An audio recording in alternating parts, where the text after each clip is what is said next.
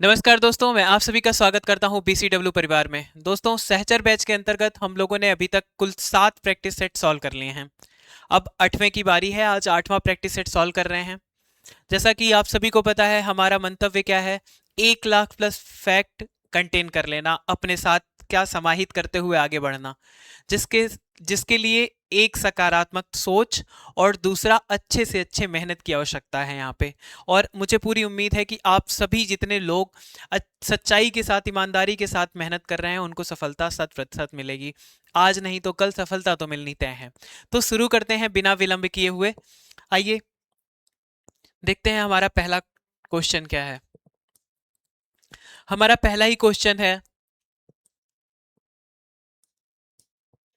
Which part of human heart is responsible for pumping pure oxygenated blood to the whole body. मतलब जो oxygenated blood है उसको पूरे शरीर में पहुंचाने का काम कौन करता है? Right atrium, right ventricle, left atrium और लेफ्ट वेंट्रिकल। आइए एक फिगर के माध्यम से इसको बहुत अच्छे से समझते हैं। क्या होता है जब पहले हमारे ये जो यहाँ पे दी हुई है पल्मोनरीज वेन्स, ठीक है, वेन्स दी हुई है और इधर आर्टेरीज दी हुई है। वेन से क्या होता है? सबसे पहले ये होता है कि जो ब्लड यहाँ पे आ जाता है, कहाँ पे? राइट एट्रियम में। राइट एट्रियम में जो ब्लड आ जाता है वो कैसा ब्लड होता है? वो ब्लड होता है CO2 के साथ, CO2 के साथ प्लस CO2। राइट एट्रियम में। अब राइट एट्रियम क्या करता है? पहले तो ब्लड अपने राइट एट्रियम में आ जाता है। अब यहां से फिर वो क्या करता है? वेंट्रिकल को दे देता है। किसको? राइट वेंट्रिकल को दे देता है। अब राइट वेंट्रिकल को देने के बाद क्या होता है? वेंट्रिकल ही मेन पार्ट होता है जो पंपिंग करता है ब्लड के साथ। तो यहाँ पे जो राइट वेंट्रिकल होता है वो थोड़ा सा पंप करता है ब्लड को, बस कहाँ पे? लंग्स के पास पहुंचाने के लिए। तो ये पल्मोनरी आर्टरीज से होते हुए कहाँ पे चला जाता है? लंग्स में चला जाता है। ठीक है, लंग्स में जाने के बाद क्या होता है?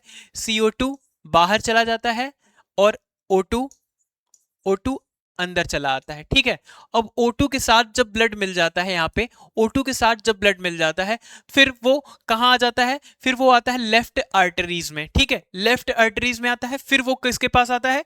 फिर आता है लेफ्ट वेंट्रिकल में। जब लेफ्ट वेंट्रिकल में आता है तो लेफ्ट वेंट्रिकल की जो क्षमता होती है, जो इसकी कैपेसिटी होती है, क्षमता होती है, वो बहुत ज्यादा होती है। मतलब ये पंपिंग बहुत ज्यादा करता है। क्यों?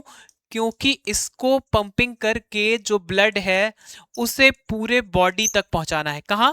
इस ब्लड को पूरे बॉडी तक पहुंचाना है। ठीक है, पूरे बॉडी पार्ट्स तक पहुंचाना है। ऐसी कंडीशन में जो लेफ्ट वेंट्रिकल होता है यही महत्वपूर्ण भूमिका निभाता है पंपिंग करने में। और यहां यही बात पूछ रहा है कि ऑक्सीजनेटेड जो ब्लड है उसको पंपिंग करने के लिए सबसे अहम योगदान किसका है? तो वो किसका है? लेफ्ट वेंट्रिकल का है। ठीक है, राइट एट्रियम क्या करता है? ये पहले ब्लड इकट्ठा करता है, हर जगह से जो ब्लड आता है वो इकट्ठा करता है और वेंट्रिकल, राइट वेंट्रिकल को देता जाता है। राइट वेंट्रिकल सारे ब्लड को लेने के बाद फिर वो पल्मोनरीज जो आर्टरीज दी हुई थी उससे क्या करता है? लंग्स की तरफ भेज देता है। जब लंग्स में जाता है तो लंग्स में जाने के बाद वहां पे CO2 बाहर निकल जाता है, O2 ब्लड में आ जाता है, तब वो प्योर ब्लड हो जाता है। और फिर वो वेंट्रिकल, लेफ्ट आर्टरीज और फिर लेफ्ट वेंट्रिकल से होते हुए पूरे बॉडी में चला जाता है। तो यही है हमारे क्या, पूरे हार्ट का कॉन्सेप्ट। मतलब दो, अगर हिंदी में कहा जाए तो दो निलय और दो क्या है? अलिंद है। ठीक है, जिसमें से बाया निलय महत्वपूर्ण भूमिका निभाता है इसमें। ठीक है, इतनी चीजें आशा करता हूं आपको समझ में आई होंगी। तो आप यहाँ पे लिख भी सकते हैं, देखिए ऐसे।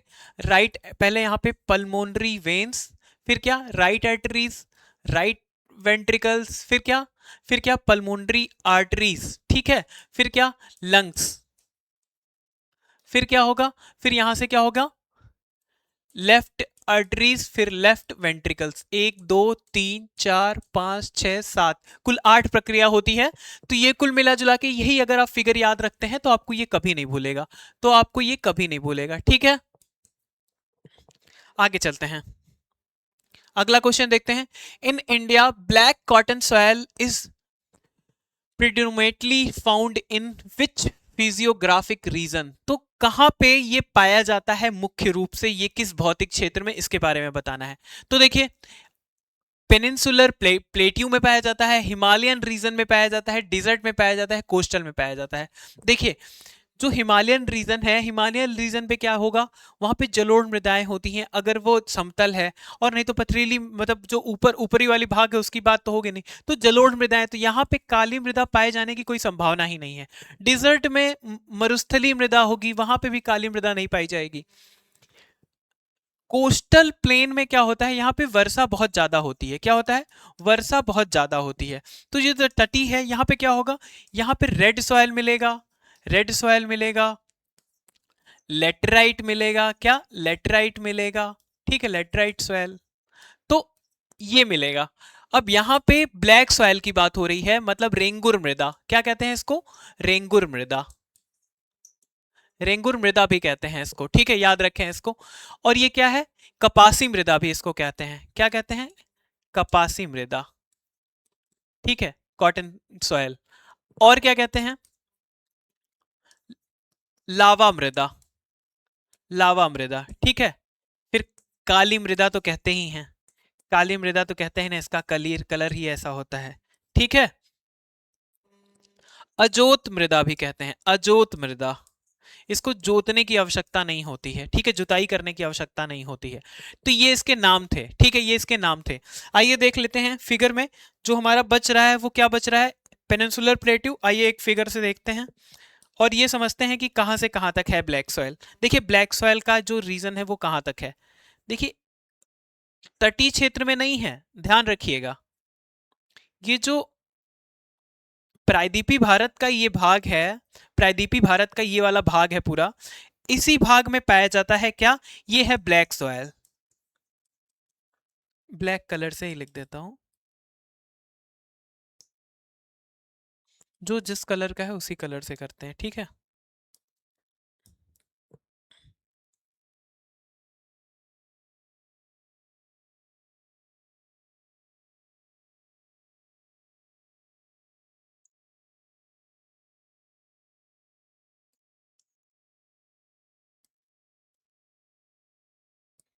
ये कौन सा सॉयल है, ब्लैक सॉयल, काली मृदा, ठीक है, यहां पाया जाता है।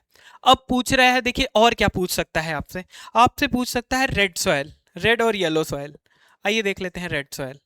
रेड और येलो सॉयल की बात करें अगर, तो देख लीजिए कहां पे है रेड और येलो सॉयल, ये है और ये है, यहां पे,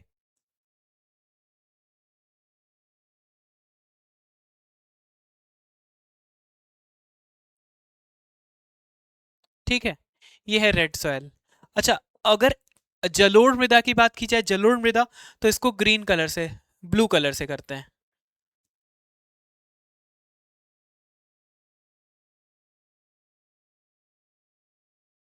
पहले तो यहां है, फिर थोड़ा भाग यहां पे भी है,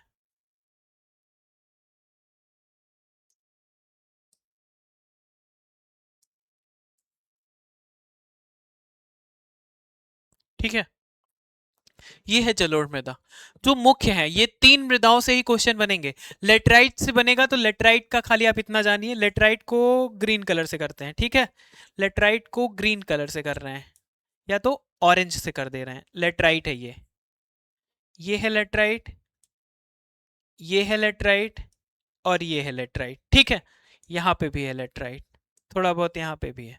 तो गुजरात, देखिए ब्लैक सॉइल जो है वो कुछ गुजरात के पार्ट्स में भी पाए जाते हैं, जैसे ये वाला मैंने यहाँ पे शामिल किया था, आइए कर देता हूँ। तो क्या है, ये पूरा है एरिया जहां पे ब्लैक सॉयल पाया जा रहा है।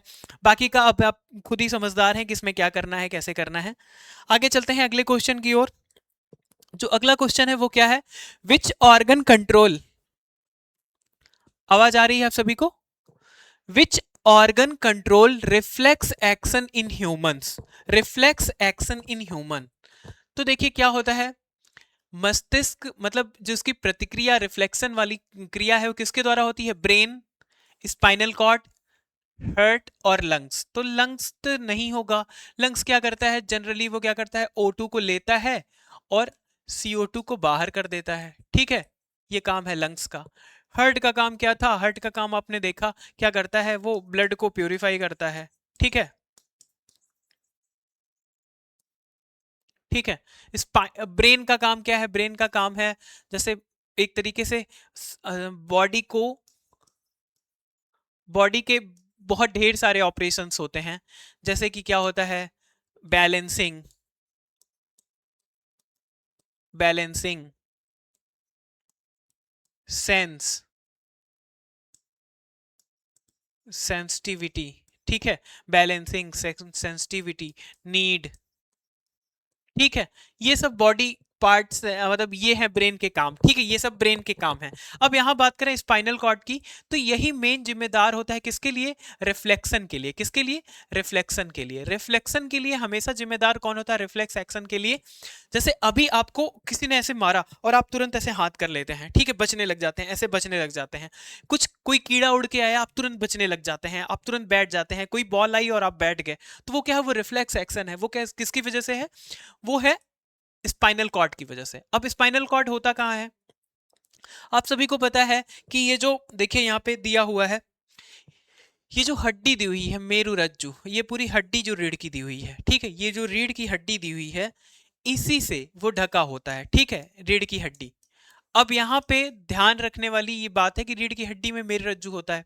अब इसमें कितनी हड्डियां होती हैं? 26। वैसे तो टोटल 33 होती हैं, लेकिन जब वो एडल्ट हो जाने के बाद कितनी हो जाती हैं? एडल्ट हो जाने के बाद हो जाती हैं 26, ठीक है, 26 हड्डियां होती हैं, जिसके अंदर मेरुरज्जु होता है। और इसके अंदर क्या होता है? आप ऐसे समझिए कि अगर आप किसी वायरिंग करें किसी भी केबल की, तो क्या होगा? कमरे की वायरिंग कर रहे हैं आप, वो एक मास्टर क्या है, एक मास्टर केबल है, मतलब एक मास्टर पैनल है, उसमें ले आके सारी केबल एक साथ जुड़ रही है। तो ऐसी कंडीशन में क्या होता है? ढेर सारे वायर आते हैं अंदर अंदर वायरिंग की तरह। तो ऐसे ही वायरिंग होती है। जैसे आपको यहाँ पे किसी ने काटा, कुछ कुछ काट लिया आपको, मान लीजिए भौरे ने काट लिया, आप तुरंत हाथ हटा लेते हैं, तो ये तुरंत एक्शन, ये क्या होता है? उसने काटा और इसकी सूचना जाके कहाँ पे? ब्रेन तक पहुंचती हो, और तुरंत मेरुरज्जु उसको हटाने के लिए कह देता है। तो ये क्या था? रिफ्लेक्स एक्शन था, और ये मेरुरज्जु के द्वारा ही होता है। आशा करता हूं आपको पता होगा। ठीक है, आगे चलते हैं। Where is the hormone adrenal produced? Adrenal, एफ्रेनिन भी कहते हैं इसको, लेकिन एड्रेनल ही याद रखिए आप। कहाँ उत्पन्न होता है? ये जो गुर्दा होता है, सेम की तरह ये जो गुर्दा होता है, ठीक है, ये जो गुर्दा होता है,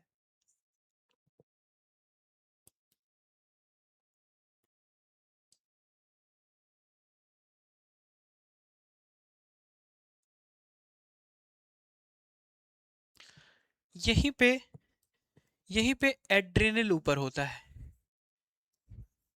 इन दोनों के ऊपर क्या होता है? एड्रेनल होता है, ठीक है, एड्रेनल होता है।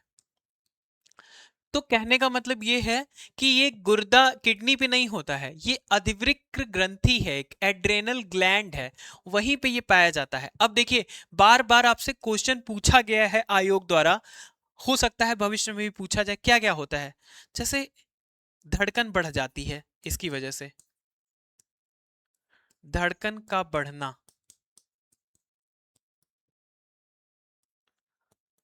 चोट का एहसास कम होना,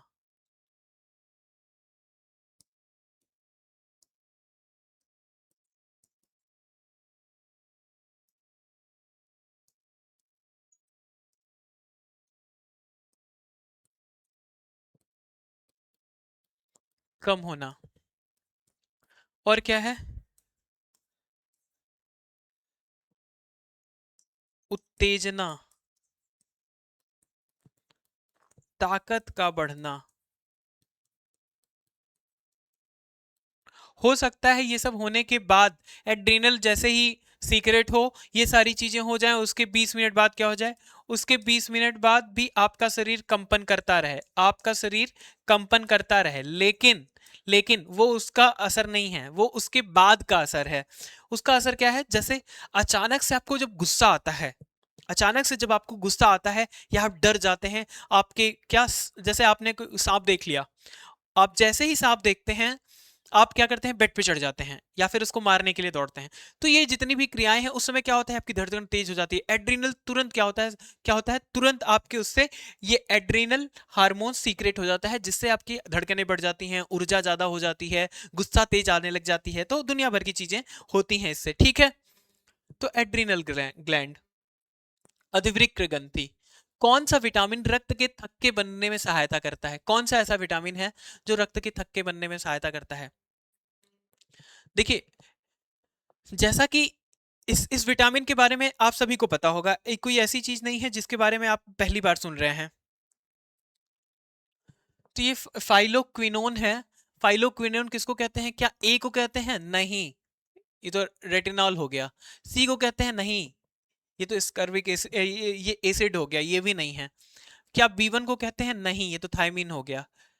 के को कहते हैं? के क्या है? फाइलोक्विनोन। फाइलोक्विनोन कहते हैं इसको। क्या कहते हैं? फाइलोक्विनोन कहते हैं। ये क्या करता है? ये रक्त के थक्का बनने में सहायता करता है। अगर इसकी कमी हो जाए तो क्या होता है? रक्त स्रावित लगातार होता रहता है, लगातार रक्त स्रावित होता रहेगा, और ऐसी स्थिति में क्या होगा कि रक्त रुकेगा ही नहीं, तो समस्या हो जाएगी। ठीक है, तो ये सी विकल्प था इसका। ठीक है, बाकी का ये सब नहीं है। आइए अब कुछ चीजें और भी देख लेते हैं, उसके बाद आपको विटामिन जितनी भी चीजें पढ़ाएंगे उसका एक लिस्ट भी आपको देते जाएंगे। ठीक है, कर्क रेखा भारत के किस राज्य से सबसे अधिक दूरी से होकर गुजरती है? भारत में कौन से राज्य से होकर गुजरती है, पहले तो यही जानते हैं। देखिए, सबसे पहले आपको ये तो पता ही है, अगर राज्यों की बात की जाए तो राज्य कौन कौन से हैं? तो राज्य कौन कौन से हैं? गुजरात है, राजस्थान है, मध्य प्रदेश है, ठीक है, छत्तीसगढ़ है,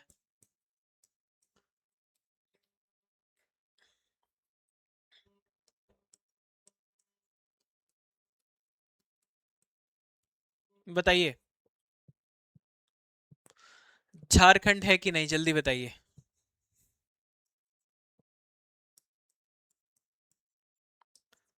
त्रिपुरा है, जल्दी बताइए झारखंड है कि नहीं, देखते हैं। त्रिपुरा है और मिजोरम है। अब बताइए कि क्या मैं कोई राज्य भूल रहा हूं? क्या मैं कोई राज्य भूल रहा हूं? कोई राज्य में भूल रहा हूं? कितने टोटल राज्य हैं? तो टोटल राज्य तो हैं 8। तो क्या आपको ऐसा नहीं लगता है कि इसमें पश्चिम बंगाल भी होना चाहिए? और अगर पश्चिम बंगाल होना चाहिए तो आपको ऐसा नहीं लगता है कि यहां से झारखंड हटा दिया जाना चाहिए? देखिए, यही होता है क्या, अगर हम इसको ध्यान से याद रखते हैं तो हम गड़बड़ाएंगे नहीं। ठीक है, अब बताइए, अब बताइए इसमें किसकी कमी है? कौन सा ऐसा राज्य है जो नहीं है? ये जल्दी से कमेंट करके बताइए, क्या मैंने झारखंड हटा के गलत किया या सही किया? जल्दी बताइएगा। ठीक है, क्या मैं बिहार लिख दूं यहाँ पे तो सही है? क्या मैं बिहार लिख दूं तो यहाँ पे सही है? जल्दी कमेंट करके बताइएगा। अच्छा, ये तो था राज्य। अब देखिए कुछ और चीजें बताते हैं। एक क्वेश्चन आता है कर्क रेखा से कि कौन सा ऐसा राज्य है, कौन सा ऐसा राज्य है जहां से कर्क रेखा प्लस इंडियन मेरिडियन लाइन भी गुजरती है। ठीक है, इंडियन टाइम स्टैंडर्ड जो लाइन है वो भी गुजरती है। तो ये दोनों लाइन गुजरती है, वो कौन सा स्टेट है?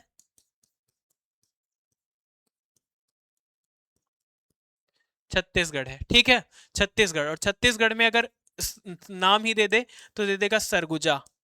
सरगुजा याद रखेंगे आप। अब यहाँ की बात की करें तो सबसे कम कहाँ जाता है? सबसे कम की बात करें अगर न्यूनतम, ये रेखा, तो पहले न्यूनतम मैं आपको बता देता हूं। कर्क रेखा, कर्क रेखा न्यूनतम दूरी तय करती है कहां पे?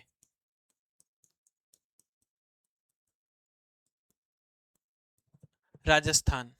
ठीक है, अधिकतम कहां करती है? मध्य प्रदेश। मध्य प्रदेश। ठीक है,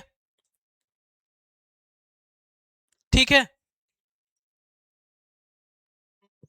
अब इसको जरूर बताइएगा कि झारखंड है कि नहीं है, और ये 8 हुए कि नहीं हुए, जो भी है आप कंफर्म करके बताइएगा। ठीक है, आगे चलते हैं। ये वाला क्वेश्चन हो गया है। निम्नलिखित में से कौन सा जोड़ा सही सुमेलित नहीं है? अब देखिए, कुछ यहाँ पे रिवर्स दिए हुए हैं और बता रहे हैं कि वहां का कुछ नदी जैसे कोसी रिवर को सॉरो ऑफ बिहार कहते हैं, बिल्कुल सही बात है। दामोदर रिवर को सॉरो ऑफ वेस्ट बंगाल कहते हैं, बिल्कुल सही है। हुआंगहो रिवर को सॉरो ऑफ चाइना कहते हैं, बिल्कुल सही है। बराक रिवर को सॉरो ऑफ असम कहते हैं, नहीं। सॉरो ऑफ असम किसको कहते हैं? ब्रह्मपुत्रा को। ब्रह्मपुत्रा को कहते हैं सॉरो ऑफ। अब बराक रिवर के बारे में कुछ चीजें जान लेते हैं। बराक रिवर कहां से निकलती है? असम से, सॉरी, मणिपुर से। मणिपुर। जपावो या जपाओ पहाड़ी से। जपाओ पहाड़ी से, ठीक है। जपाओ पहाड़ी से क्या होती है? ये निकलती है। यहाँ ये तो नहीं भूलेंगे आप, उम्मीद करता हूं मैं। ठीक है, वहीं से ये निकलती है। और उसके बाद क्या होती है? यहां से दो नदियां निकलती हैं, एक है सुरमा, एक है ये जो बराक नदी है। ये जो बराक नदी है, ये दो नदियों में विभाजित हो जाती है। ये दो नदियों में विभाजित हो जाती है, एक सुरमा, ठीक है, और एक कौन सी हो जाती है? कुसियारा। कुसियारा। दोनों फिर से मिलती हैं कहां पे? बांग्लादेश में। बांग्लादेश में। और तब इसको मेघना कहा जाता है। तब इसको मेघना कहा जाता है, ठीक है। पहले बराक कहां से निकलती है? जपाओ पहाड़ी से निकलती हैं। एक सुरमा और एक कुसियार नदी से विभाजित हो जाती हैं। फिर बांग्लादेश में जाके मिल जाती हैं और इसको तब मेघना कहते हैं, ठीक है। मेघना कहते हैं। ये था बराक नदी। और एक चीज और ध्यान रखना है कि बराक नदी ब्रह्मपुत्रा की, क्या? ब्रह्मपुत्रा की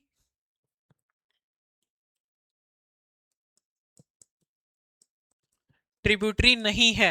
नहीं है। अब अगर ब्रह्मपुत्रा की बात करें तो ब्रह्मपुत्रा को क्या कहते हैं? ब्रह्मपुत्रा को कहां से निकलती है? तिब्बत से निकलती है। तिब्बत से। कहां से? चेमा युंगडुंग ग्लेशियर से, ठीक है। चेमा युंगडुंग ग्लेशियर से निकलती है, ठीक है। फिर कहां पे? अरुणाचल प्रदेश से प्रवेश करती है, ठीक है। अरुणाचल प्रदेश से प्रवेश करती है। उसके बाद इसकी जो सहायक नदियां हैं जो महत्वपूर्ण हो जाती हैं। वैसे तो ये बहुत बड़ी नदी है, लेकिन भारत में इसकी लंबाई बहुत ज्यादा नहीं है। सहायक नदियों की बात करें तो मानस, संकोस, सुबनसिरी,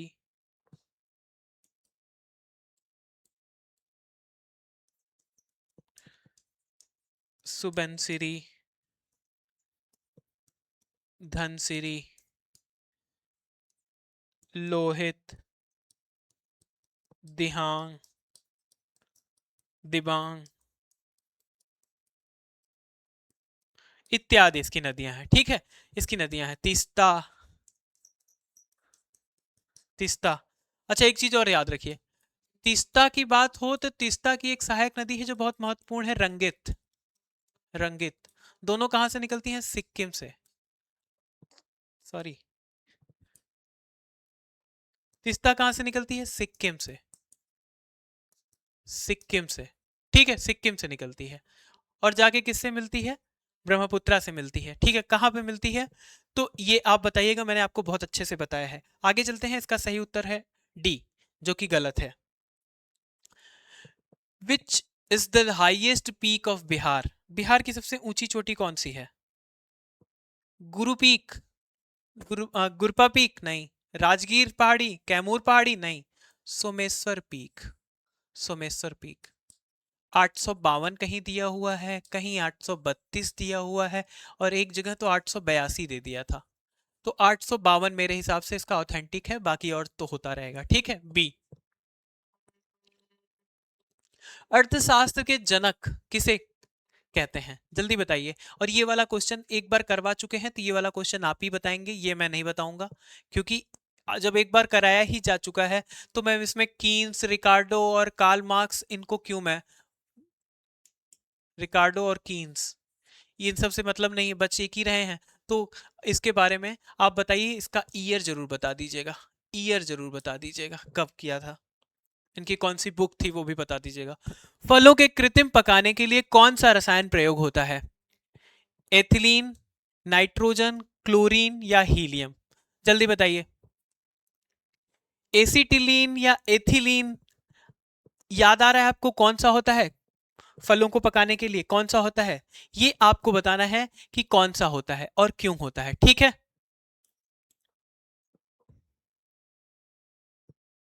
अब आते हैं इस पे।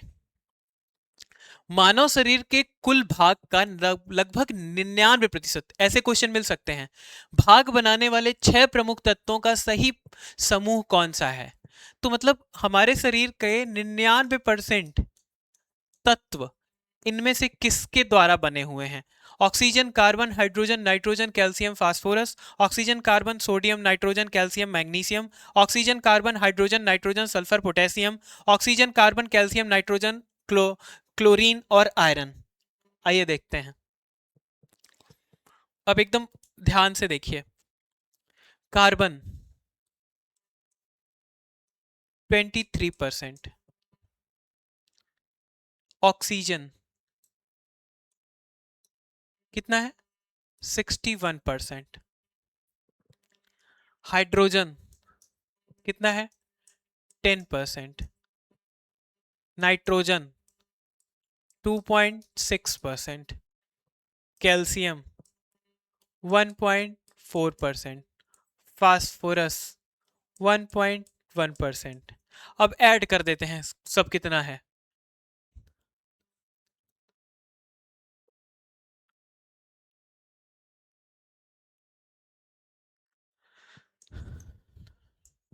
लगभग 99.1 आ रहा है, लगभग 99.1 आ रहा है टोटल।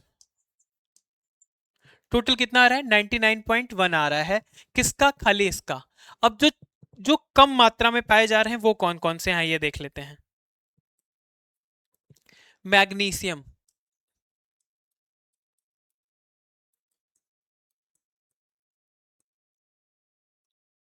मैग्नीशियम कितना पाया जा रहा है?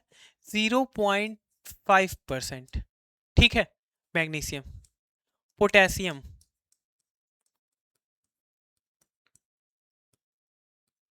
कितना पाया जा रहा है? 0.2%, 0.2%। फिर उसके बाद सोडियम, स्ट्रांसियम वगैरह ये सब नहीं पूछेगा।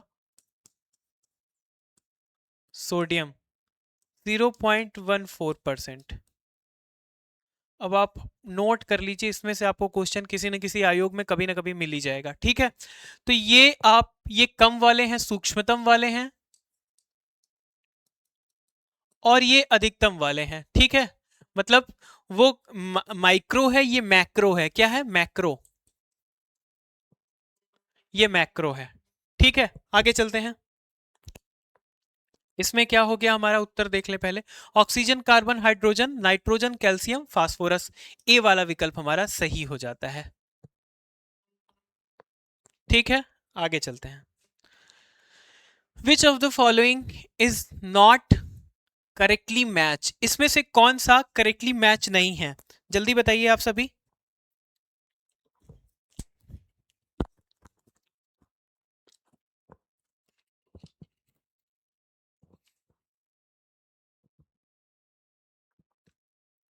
ठीक है। न्यूक्लियस रॉबर्ट ब्राउन बिल्कुल सही है।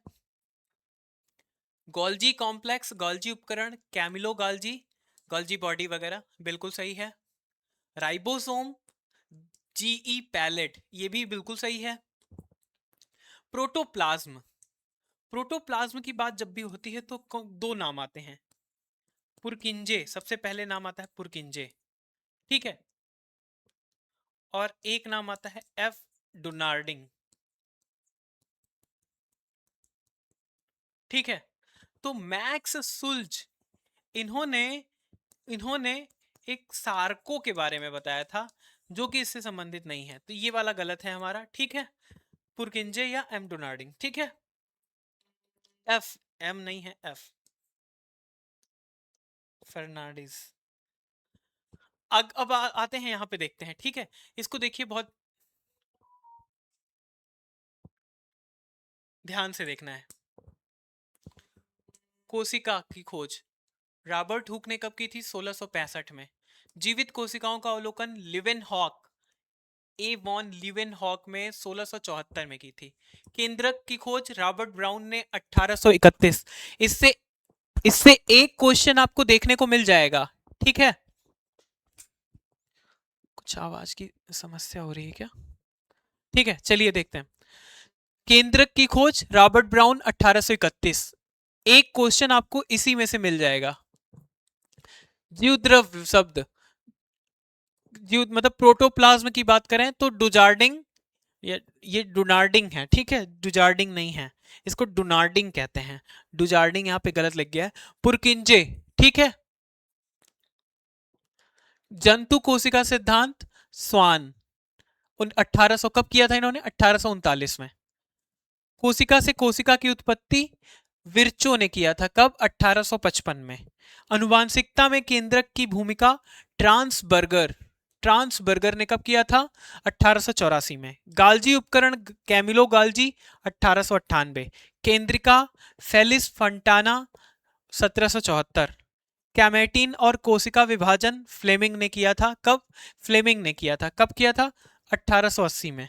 गुणसूत्र का नामकरण वाल्डेयर, बहुत महत्वपूर्ण है, बहुत महत्वपूर्ण है, इस पे तो आप 3-4 स्टार लगा लीजिए, ठीक है। एक ये, एक ये, एक ये, एक ये और एक ये, कम से कम 2 स्टार। फिर क्या है? पर्णहरित, इसको वाल्डेयर ने किया था 1888 में। पर्णहरित को, क्लोरोप्लास्ट को किसने किया था? इस पे कम से कम 2 स्टार तो लगा ही लीजिए। सिम्पर ने किया था, ठीक है, सिम्पर ने किया था 1883 में। राइबोसोम की खोज जी पैलेट ने किया था, जी पैलेट ने किया था 1955 में। लाइजोसोम की खोज किसने किया था? डी डिव्यूव ने किया था 1958 में। तारक सेंट्रोसोम की खोज किसने की थी? टी वोबरी ने किया था 1888 में। माइट्रोकांड्रिया की खोज किसने की थी? रिजल्ट अल्टमान ने किया था 1890 में। और माइटोकांड्रिया का नामकरण किसने किया था? Benda, Benda. दोनों पे 2-2 स्टार, ठीक है। अब ये चीजें आपको एकदम याद हो जानी चाहिए, रटना पड़ेगा, रटिए। According to the article 96(1) of the Constitution of India, what happened when a resolution to remove the speaker of Lok Sabha is under consideration?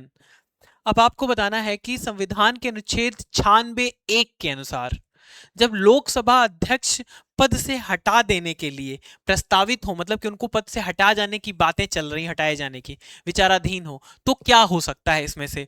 आइए विकल्प देखते हैं। अध्यक्ष सामान्य रूप से सदन की कार्रवाई चलाता है, क्या ये सही है? नहीं।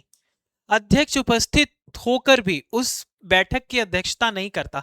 The speaker shall not preside over the sitting even if present, बिल्कुल सही बात है। The speaker is required to leave the house temporarily, बिल्कुल नहीं, ऐसा नहीं कर सकते। The sitting is adjourn until the resolution is decided, बिल्कुल ऐसा भी नहीं है। निर्णय लेंगे कैसे अगर उसको स्थगित कर देंगे तो हमारा बी वाला विकल्प यहाँ पे सही हो जाता है। और कौन सा अनुच्छेद है? 96 का 1, ध्यान रखें।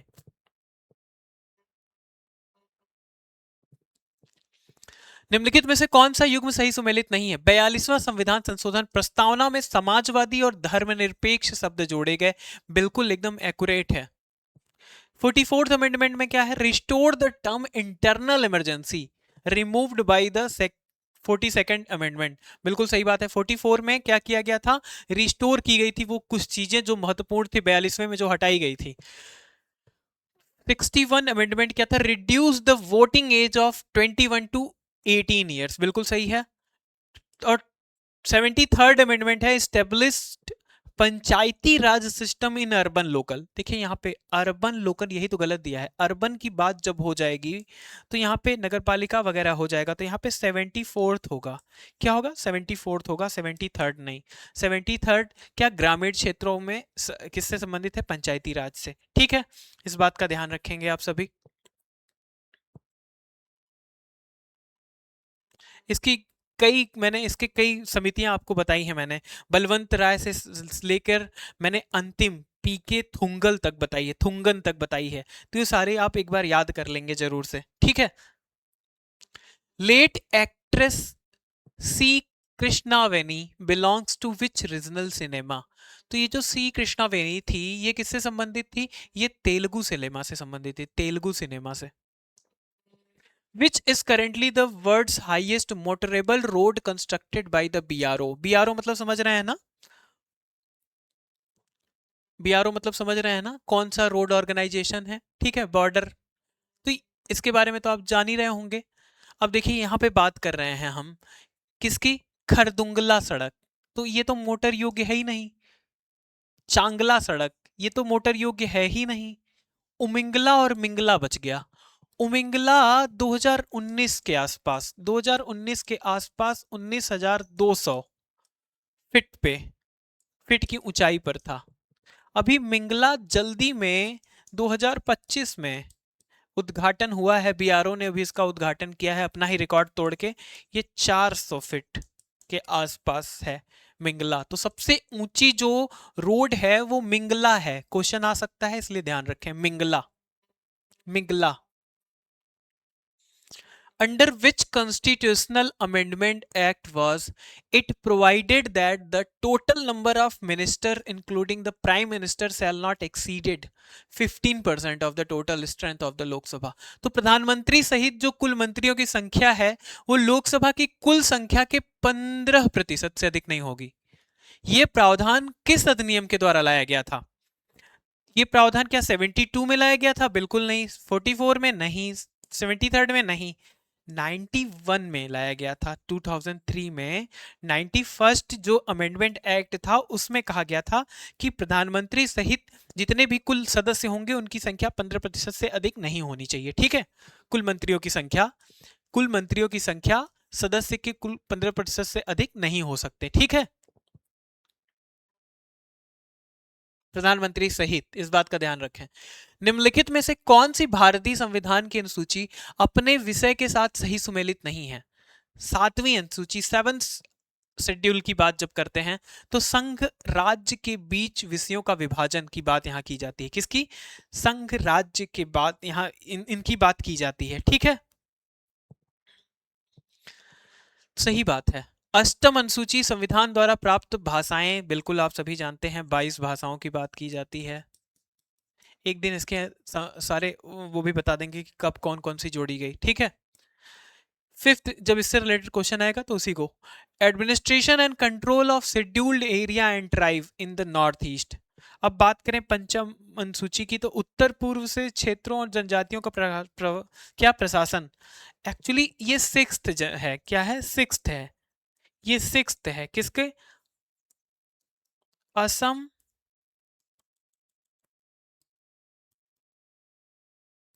क्या है सिक्स्थ में? असम, मेघालय, असम, मेघालय, त्रिपुरा, मिजोरम, ये हैं जिनमें क्या है, सिक्स्थ शेड्यूल के अंतर्गत इनको दिया गया है। ये नहीं है। पूरे देश के जनजातियों के प्रशासन की नियंत्रण की बात जहां होती है वो पंचम है, मतलब पूरे देश की बात। तो यही वाला विकल्प हमारा हो जाएगा सही, ठीक है, क्योंकि 9वीं तो न्यायिक पुनरावलोकन संरक्षण से संबंधित है, तो बिल्कुल सही है, ठीक है। 10वीं अनुसूची किससे है? जल्दी कमेंट करके बताइए। आइए अब देख लेते हैं कुछ चीजों को, यहाँ पे बहुत महत्वपूर्ण है। प्रथम अनुसूची क्या कहती है? राज्यों एवं केंद्र शासित प्रदेशों के नाम व क्षेत्र, पहली अनुसूची। दूसरी अनुसूची क्या कहती है? उच्च पदाधिकारियों के वेतन, भत्ते व विशेषाधिकार। किसके किसके वेतन, ये जाके आप जरूर देख लीजिए कि संसद में कौन कौन है जिसके वेतन इससे निर्धारित होते हैं और किसके नहीं होते हैं, जरूर देखिए। अगला क्वेश्चन आएगा अगर इससे रिलेटेड तो वो क्वेश्चन आप करेंगे, मैं नहीं। तृतीय अनुसूची की बात करें तो शपथ और प्रतिज्ञान के प्रारूप, सही है। चतुर्थ अनुसूची कहती है राज्यसभा में राज्यों को सीट आवंटन किस हिसाब से होगा, इसके बारे में जानकारी। पंचम अनुसूची कहती है अनुसूचित क्षेत्रों और जनजातियों का प्रशासन, ठीक है, पूरे देश में, मतलब संपूर्ण देश की बात यहां पे हो रही है। षष्ठम अनुसूची कहती है उत्तर पूर्वी जनजाति क्षेत्र, मतलब वही कौन कौन से? असम, मेघालय, त्रिपुरा, मिजोरम।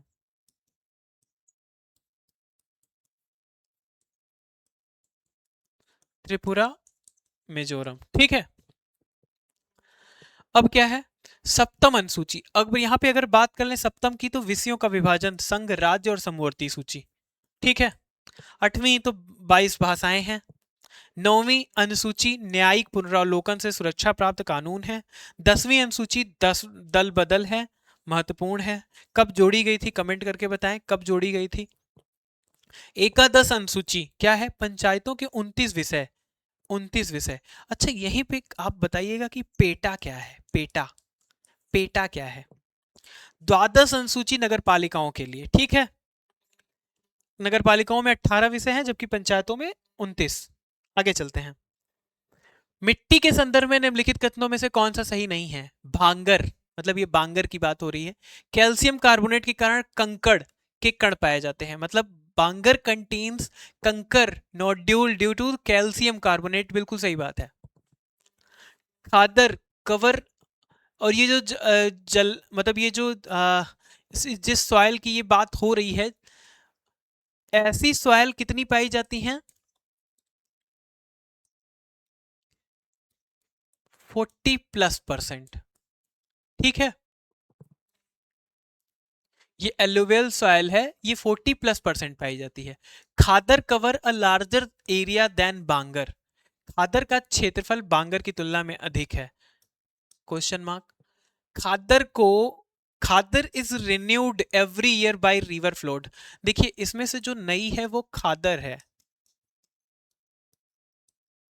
जो पुरानी है, ओल्ड है, वो कौन सी है, बांगर, बांगर या भांगर, ठीक है। तो खादर नहीं है तो हर बार बदलती है, सही बात है। खादर अधिक उपजाऊ होती है, बिल्कुल, क्योंकि उसमें न्यूट्रिएंट्स नए नए आते हैं तो वो उपजाऊ ज्यादा होती है, ठीक है। सघन कृषि के लिए उपयोगी है, बिल्कुल है। लेकिन ये जो बात है यहाँ पे जिसको क्वेश्चन मार्क किया गया है कि खादर, देखिए खादर तो उतना ही मात्रा होती है जितनी क्या नई मिट्टी लाई गई है नदियों से, तो वो बहुत कम होता है। तो बांगर ज्यादा होता है खादर से, तो ये वाला विकल्प गलत है, यही हमारा उत्तर हो जाएगा बी।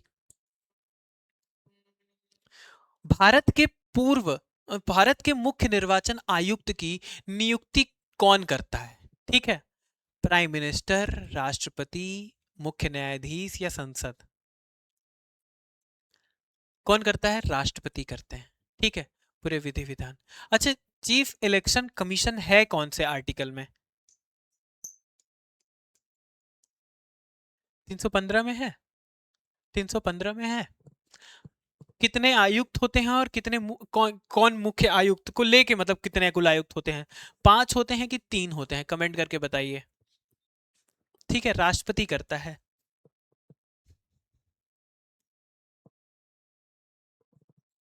आगे चलते हैं। अब तक इंटरनेशनल एस्ट्रोनॉमिकल यूनिट द्वारा हमारे सौर मंडल में कुल कितने बौने ग्रह आधिकारिक रूप से मान्यता प्राप्त हैं, तो बताइए। मैं यही लिख दूं, आप इसको बताइएगा।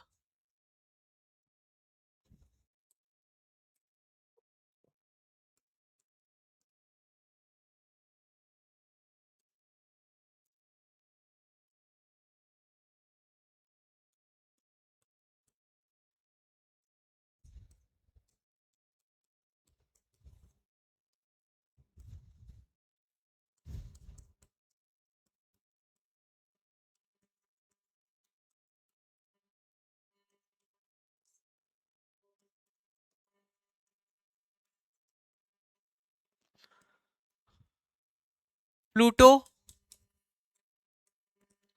सेरस, इरिस, मैकेमैक,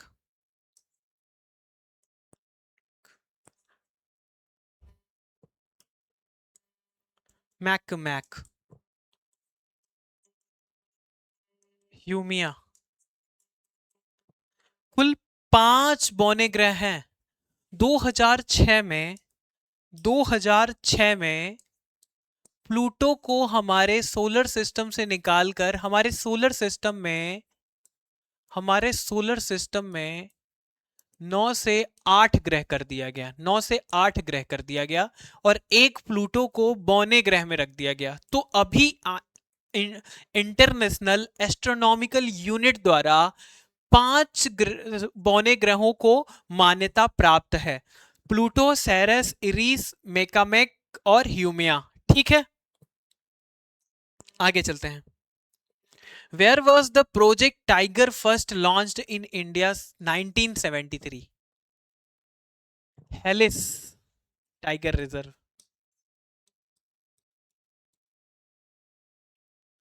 हेलिस पार्क कहते थे तब उसको, हेलिस पार्क। बाद में इसी का नाम क्या हो गया? Jim Corbett, Jim Corbett. ठीक है, हेलिस का नाम। तब ये कहाँ था? यूपी में था, और यहाँ तक कि जिम कॉर्बेट भी यूपी में था। लेकिन जब 2000 में क्या हुआ? जब यूपी अलग हुआ उत्तराखंड से, तब जाके ये उत्तराखंड में है अभी। ठीक है, उत्तराखंड में है, और उत्तराखंड में भी नैनीताल वाले इलाके हैं। ठीक है, नैनीताल वाला और आसपास का कुछ इलाका है जहां पे ये क्या फैला हुआ है, जिम कार्बेट। ठीक है, जिम कार्बेट याद रख लें। 1973 में सबसे पहले यहीं पे टाइगर परियोजना लाई गई थी। Which was the first Indian state to implement value added tax? Value added tax की बात हो रही है। ठीक है, वैल्यू एडेड टैक्स की बात हो रही है, तो किसका किसका नाम? अच्छा, आप बताइए। मैंने जब जीएसटी के बारे में आपको बताया था, तो जीएसटी के बारे में मैंने आपको वो बताई थी, 3 समितियों के बारे में मैंने आपको बताया था। वैट भी उसी से संबंधित है। उससे पहले आप पहले ये जान लीजिए कि किस राज्य में लागू किया गया, मतलब किस स्टेट में इसको लागू किया गया। तो इसके साथ साथ ये भी जानिए, अगर कंट्री की बात हो तो कंट्री कौन सा आएगा? फ्रांस। स्टेट की बात हो तो स्टेट आएगा हरियाणा, हरियाणा। ठीक है, स्टेट की बात हो तो स्टेट आएगा हरियाणा। अच्छा, अगर आपसे पूछा जाए कि जीएसटी सबसे पहले किसने लागू किया था, जीएसटी किसने लागू किया था? तो इसमें भी फ्रांस है। मिला जुला की चीज एक ही है। और स्टेट की बात आप करेंगे तो कौन है? असम। ये मैं पुराना असम लिख देता हूं। ठीक है, असम। और जो ये वैट है, इसको तो हरियाणा ने तो 2003 में ही लागू कर दिया था, अप्रैल 2003 में ही लागू कर दिया था। कब? अप्रैल 2003 में ही लागू कर दिया था हरियाणा ने।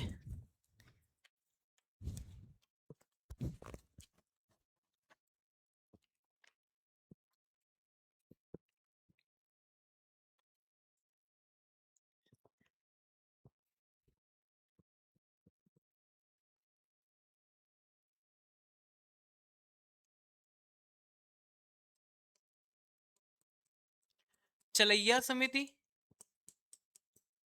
91, 1991। रेखी समिति 1992। विजय केलकर समिति 2002।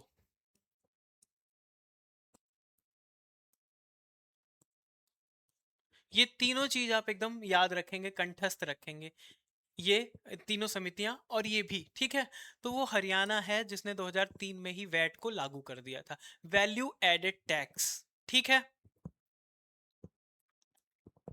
आशा करता हूं समझ में आया होगा। बाफ्टा पुरस्कार, which film won the best film, which film won the best film award at BAFTA, BAFTA 2025? त्रिवेणी नहीं, ओपेनहाइमर नहीं, आतुम भी नहीं, कॉन्क्लेव है। कौन सी है? कॉन्क्लेव। अब यहाँ पे कुछ सब्सटेंस दिए हुए हैं और एसिड दिया हुआ है, कौन किससे मिलता है ये बताना है। टर्मरिक, कर्ड, लेमन और स्पिनच। जब टर्मरिक की बात हो तो ये किससे जुड़ा हुआ है?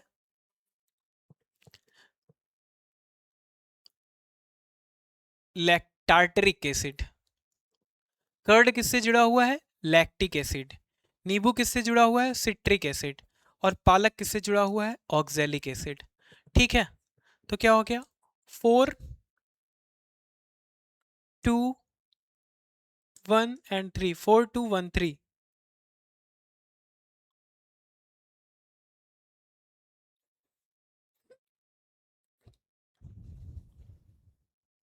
डी का 3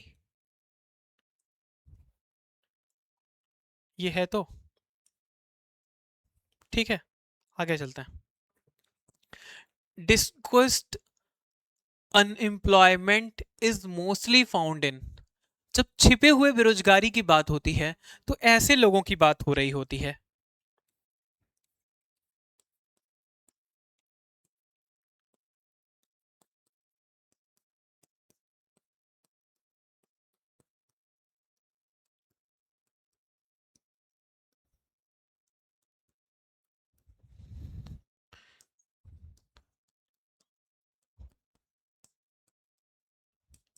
कार्य कर रहे हो, मतलब कहने का मतलब है कि कोई भी काम इस फील्ड एरिया में 3 मजदूर का काम था। कितने?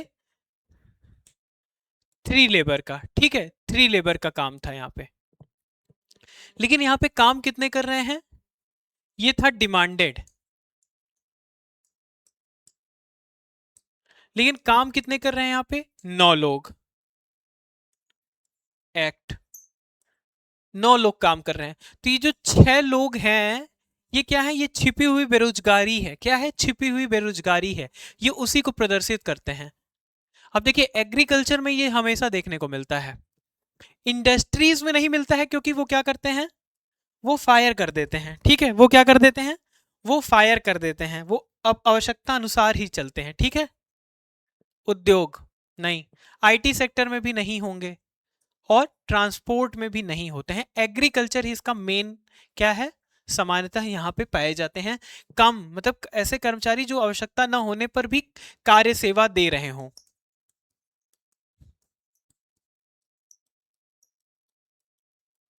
ठीक है, उन्हीं को क्या कहते हैं?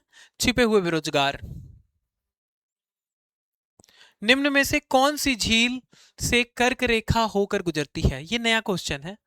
लेक विक्टोरिया, कैस्पियन सागर, नासिर झील या ग्रेट बियर झील।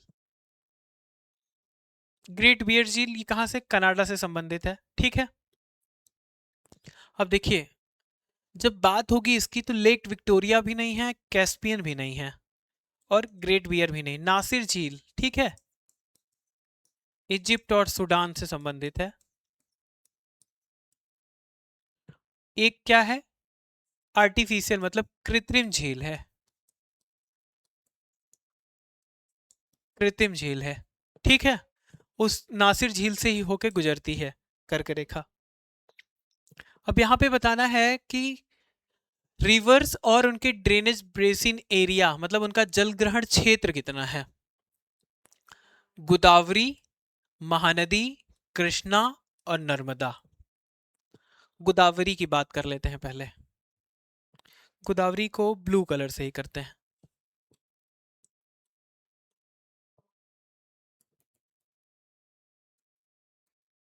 कहां से निकलती है?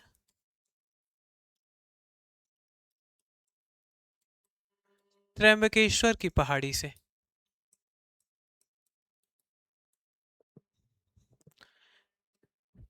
लगभग 1465 किलोमीटर लंबी नदी है।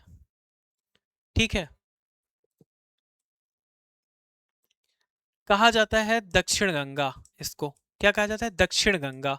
दक्षिण की गंगा नहीं, दक्षिण भारत की गंगा नहीं, दक्षिण गंगा। ठीक है, उसके बाद इसका जो जल ग्रहण क्षेत्र है वो कितना है? 3 लाख 12,813, ठीक है, स्क्वायर किलोमीटर, ठीक है, किलोमीटर स्क्वायर, ठीक है। ये हो गया किसका, गोदावरी का। अब महानदी की बात करें तो महानदी तो पहले से ही बहुत छोटी है, 3,12,000, तो ए का क्या हो गया, 3 हो गया, ठीक है, ए का 3 हो गया, इतना ध्यान रखें। अब देखिए, अब कृष्णा की बात करते हैं। ए यहां दिया हुआ और यहां दिया हुआ है। अब देखिए कृष्णा और नर्मदा, नर्मदा और कृष्णा का जलग्रहण क्षेत्र ज्यादा है किससे, नर्मदा से। कृष्णा का जलग्रहण क्षेत्र ज्यादा है। आइए पहले जान लेते हैं कुछ, क्योंकि नर्मदा के बारे में तो हमेशा पढ़ते रहते हैं, कृष्णा के बारे में नहीं पढ़े हैं। आइए देखते हैं। कृष्णा कहां से निकलती है, महाबलेश्वर की पहाड़ी से। कहां से निकलती है, महाबलेश्वर की पहाड़ी से निकलती है। और इसका जलग्रहण क्षेत्र कितना है, इसका जलग्रहण क्षेत्र है 2,58,948, ठीक है, 2,58,948 किलोमीटर स्क्वायर। इसकी जो सहायक नदियां हैं उनसे क्वेश्चन पूछा जाता है, भीमा, तुंगभद्रा, कोयना, कोयना, ठीक है, ये 3 महत्वपूर्ण हैं। उसके बाद की बात करते हैं हम नर्मदा। महानदी तो बहुत छोटी है, ठीक है, महानदी ए, नर्मदा से बड़ी है लेकिन नर्मदा सबसे छोटी है, तो नर्मदा का जो जलग्रहण क्षेत्र है वो कितना हो जाएगा, इतना हो जाएगा, ठीक है। महानदी का कितना हो जाएगा, इतना हो जाएगा। अब मैच कर लेते हैं जल्दी जल्दी। ए का 3 है, ठीक है, ए का 3 हो गया। फिर बी का क्या है, 4, बी का 4 हो गया। सी का 1 हो गया और डी का 2 हो गया, बिल्कुल सही है, ए वाला सही हो गया, ठीक है। आगे चलते हैं। भारत के प्रथम उप प्रधानमंत्री,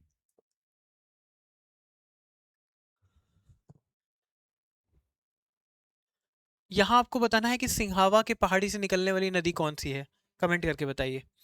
भारत के उप प्रधानमंत्री कौन थे, पहले उप प्रधानमंत्री, तो 15 अगस्त 1947 से लेके 15 दिसंबर 1950 तक भारत के पहले उप प्रधानमंत्री थे पटेल जी।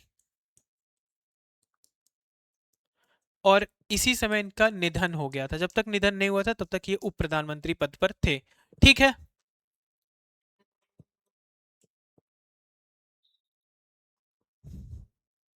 आगे चलते हैं। हाल ही में इरडाई की बीमा ट्रिनिटी के तहत कौन सी पहल शुरू की गई है, कौन सी पहल शुरू की गई है, बीमा विस्तार की गई है, बीमा वाहक की गई है, बीमा सुगम की गई है, सभी किए गए हैं। डिस्कवरी ऑफ इंडिया पुस्तक किसने लिखा है, महात्मा गांधी, नहीं। सत्य के अनुप्रयोग आपने पढ़ा होगा मुझे लगता है, बी आर अम्बेडकर, इनकी किताबें सारी बता दी गई हैं, नहीं। सुभाष चंद्र बोस, नहीं। जवाहरलाल नेहरू, कौन है, जवाहरलाल नेहरू, ठीक है।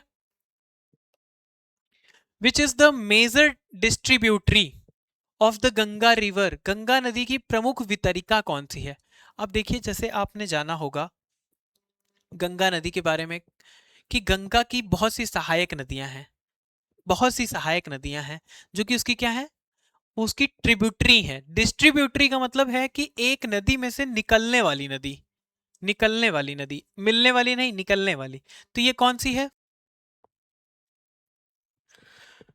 तो दोस्तों जैसा कि ये 32 नंबर क्वेश्चन क्या है, which is the major distributary of Ganga river, तो गंगा नदी की प्रमुख वितरिका कौन सी है। तो वितरिका कहने का मतलब है कि अभी तक ट्रिब्यूटरी के बारे में हम पढ़ रहे थे। ट्रिब्यूटरी का मतलब था सहायक नदियां कौन कौन सी हैं।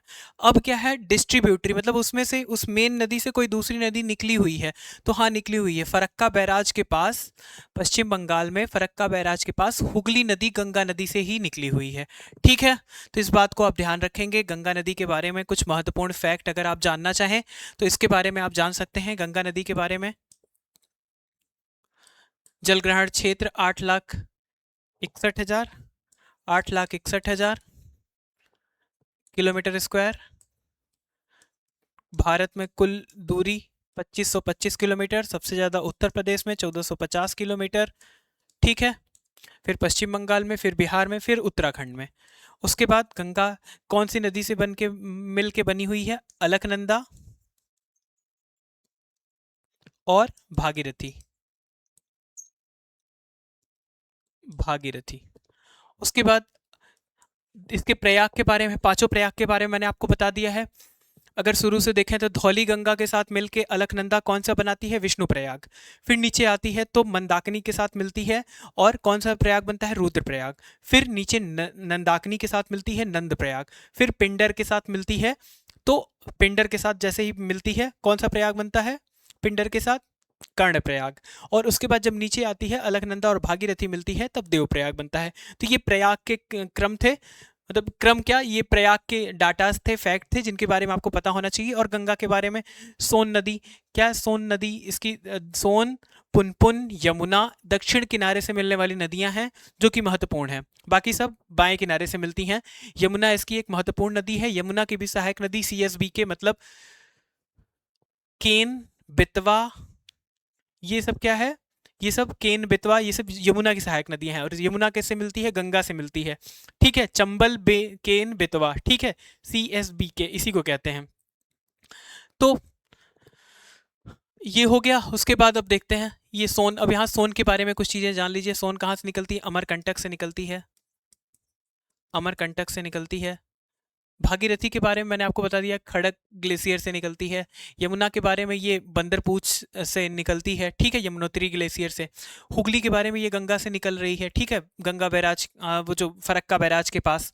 ठीक है, अमरकंटक से सोन नदी निकलती है और गंगा के दाहिने दाहिने किनारे से मिलने वाली एक महत्वपूर्ण नदी है। ठीक है, जो पटना से थोड़ी मतलब दूरी पहले ही मिल जाती है। अब नंबर देखते हैं, 33 नंबर क्वेश्चन क्या है ये? 33 नंबर क्वेश्चन क्या है, आइए देखते हैं जल्दी जल्दी। निम्नलिखित नदी उद्गम युग्मों में से कौन सा सही सुमेलित नहीं? गंगा, गंगोत्री, हिमनद बिल्कुल सही है। गौमुख के पास गंगोत्री से निकलती है। फिर गोदावरी की बात अगर करें तो त्र्यंबकेश्वर महाराष्ट्र, बिल्कुल सही बात है। कृष्णा की बात करें तो महाबलेश्वर महाराष्ट्र से, बिल्कुल सही बात है। चंबल की बात करें तो अमरकंटक से नहीं है। चंबल कहाँ से है? अमरकंटक से नहीं है। तो कहाँ से है? मध्य प्रदेश में कहाँ से है? मध्य प्रदेश से निकलती है। मध्य प्रदेश में भी एक पठारी क्षेत्र है, वहां से निकलती है चंबल। ठीक है, चंबल। और चंबल बहुत सारे मतलब ऐसा है कि इसका जो क्षेत्र है, मतलब आने का जो क्षेत्र है वो ऊबड़ खाबड़ है बहुत। ठीक है, तो वैसा एरिया है ये। कोई एक पठार है, कौन सा पठार का नाम मैं अभी भूल रहा हूँ, याद आएगा तो बता दूंगा आपको चंबल के बारे में। ठीक है, तो वहां से निकलती है। उसके बाद अब आगे चलते हैं। ये सारी चीज़ें इसमें सही थी, इसके बारे में आप जान ही रहे हैं। गंगा के बारे में भी बात कर लिए हम, गोदावरी के बारे में बात कर ही लिए हैं, कृष्णा के बारे में भी बात हो ही गई है। ठीक है, आगे चलते हैं। नर्मदा नदी किन दो पर्वत श्रृंखलाओं के बीच से बहती है? देखिए, यहाँ याद रखिए VNST, विंध्यन, नर्मदा, सतपुड़ा, तापी। ठीक है, ये चार याद रखिए। ये क्या है? विंध्यन।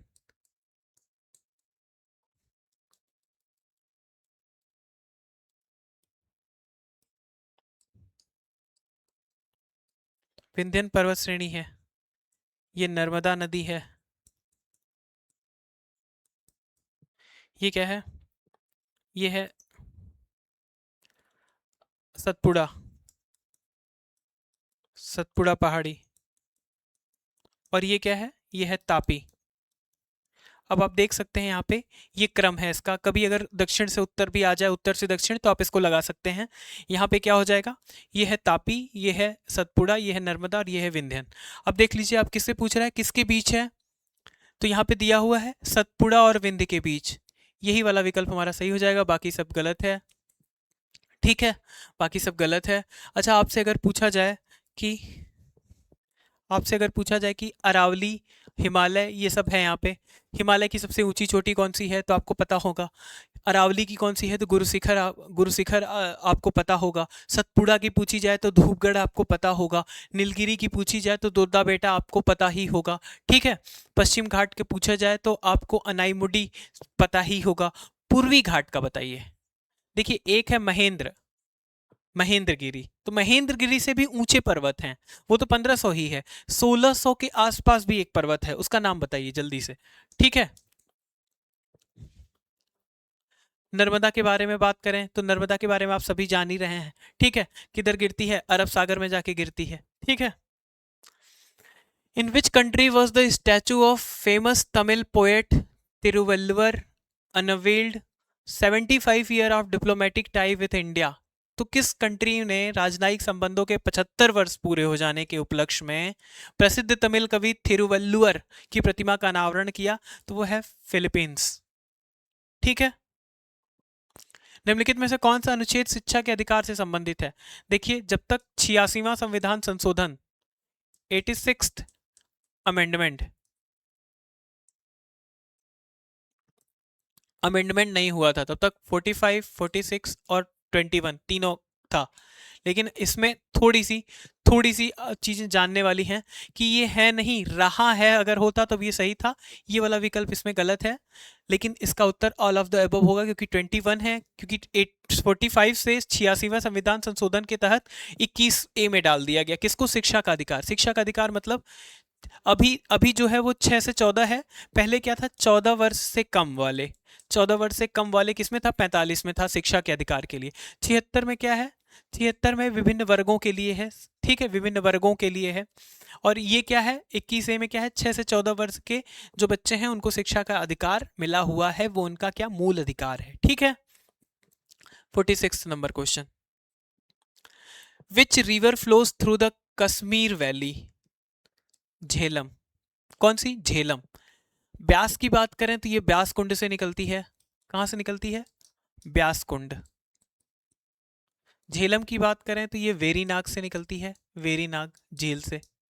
सतलज की बात करें तो सतलज 2 नदियां हैं वैसे तो।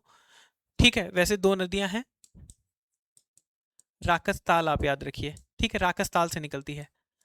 रावी 2 नदियां हैं, सॉरी सतलज नहीं, रावी 2 नदियां हैं। ठीक है, 2 नदियों से मिलकर बना है रावी। ठीक है, और ये कहाँ है? एक दर्रा है, दर्रा के पास से ही निकलती है, रोहतांग दर्रा। रोहतांग दर्रे के पास से, रोहतांग दर्रे के पास से ही रावी नदी निकलती है। ठीक है, 2 नदियां आपस में मिलती हैं। चेनाब के बारे में पूछा जाए तो वहां भी चंद्रा और भागा 2 नदियां हैं जो आगे चल के चेनाब के नाम से जानी जाती हैं। ठीक है, झेलम आगे जाके चेनाब में मिल जाती है। ये सारी फिर क्या होती हैं, सिंधु और चेनाब में ही जाके मिल जाती हैं अंततः। ठीक है, तो इसमें से कौन सी नदी थी? वो झेलम नदी है। ठीक है,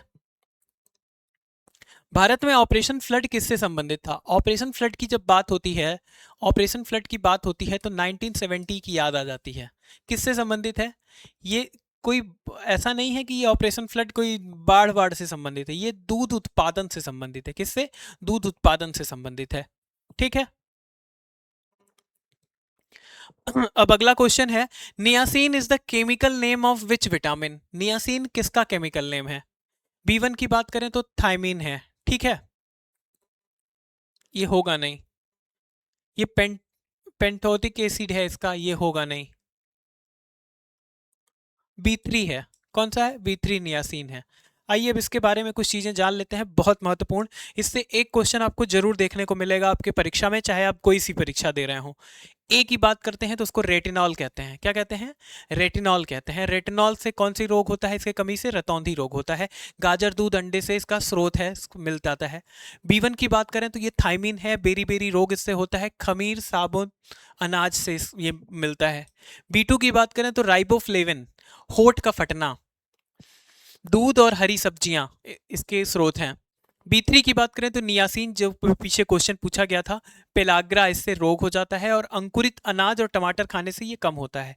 बी फाइव की बात करें, पेंटोथेनिक, पेंटोथेनिक अम्ल है, जो कि थकान इसकी वजह से बहुत लगता है इसकी कमी से। और अनाज और सब्जियां इसका मुख्य स्रोत हैं।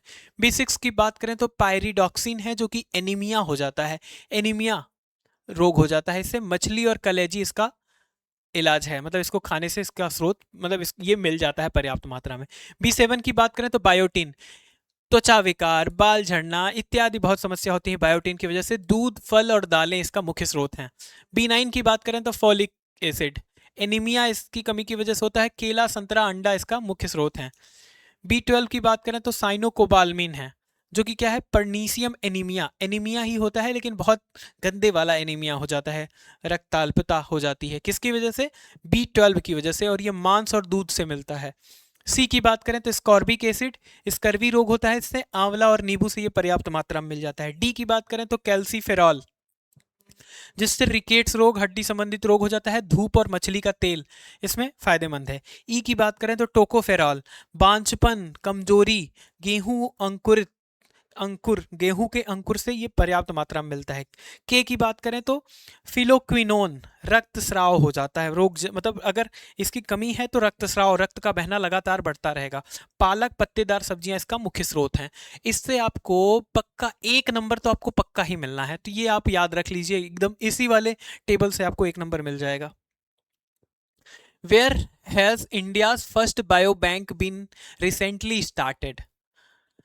विक्रमशिला गैंगेटिक डॉल्फिन सेंचुरी नहीं। देहिंग पटकोई नेशनल पार्क नहीं, देहांग पटकोई भी नहीं है। गुरु घासीदास तमोर पिंगला टाइगर रिजर्व नहीं। Padmaja Naidu Himalayan zoological park, बिल्कुल यही है। ठीक है, फरवरी की न्यूज थी। भारत का गुलाबी नगर किसे कहते हैं? तो देखिए, एक सरल क्वेश्चन आपके लिए मैंने डाल दिया है, किसे कहते हैं? ये कहते हैं जयपुर को। 1727 में इसका क्या हुआ था? न्यू पड़ी थी। इसके 7 द्वार हैं। ये भारत की फर्स्ट प्लान्ड सिटी है, प्लान्ड सिटी है। ठीक है। विक्रम जय सिंह, जय सिंह, राजा जय सिंह के याद में ही इसका नाम जयपुर पड़ा है। ठीक है। सांस्कृतिक और साइंस का समावेशन दिखता है जयपुर में। ठीक है, आगे चलते हैं। India India conducted the naval exercise Komodo with which country recently? Komodo देख के आप कंबोडिया के साथ मत चले जाइएगा, ना सिंगापुर ना जापान, ये क्या है? ये है Indonesia. Which of the following dental formulas in term of ICPM? ठीक है, इंसीजर, पोलर, प्रीमोलर, मोलर, तो ये सब क्या है? ये एक तरीके के सूत्र हैं। इनके बारे में अगर बताइए, अगर आपको थोड़ा भी आइडिया है तो आप इसके बारे में बताइए। मैं एक मिनट पानी पी लेता हूँ।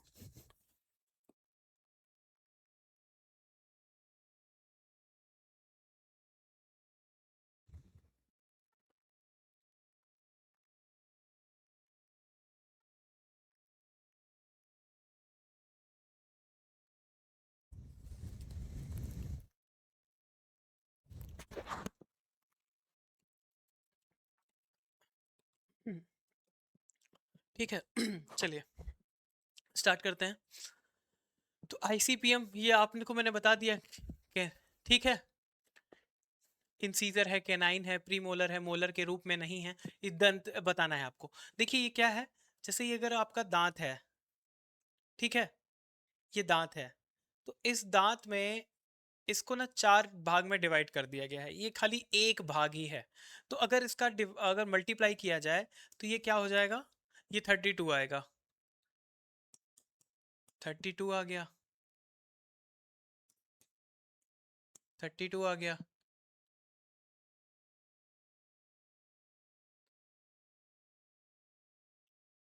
32 आ गया, ये तो सबका 32 आ जा रहा है। तो देखिए इंसीजर 2 है, केनाइन 1 है, प्रीमोलर 2 है,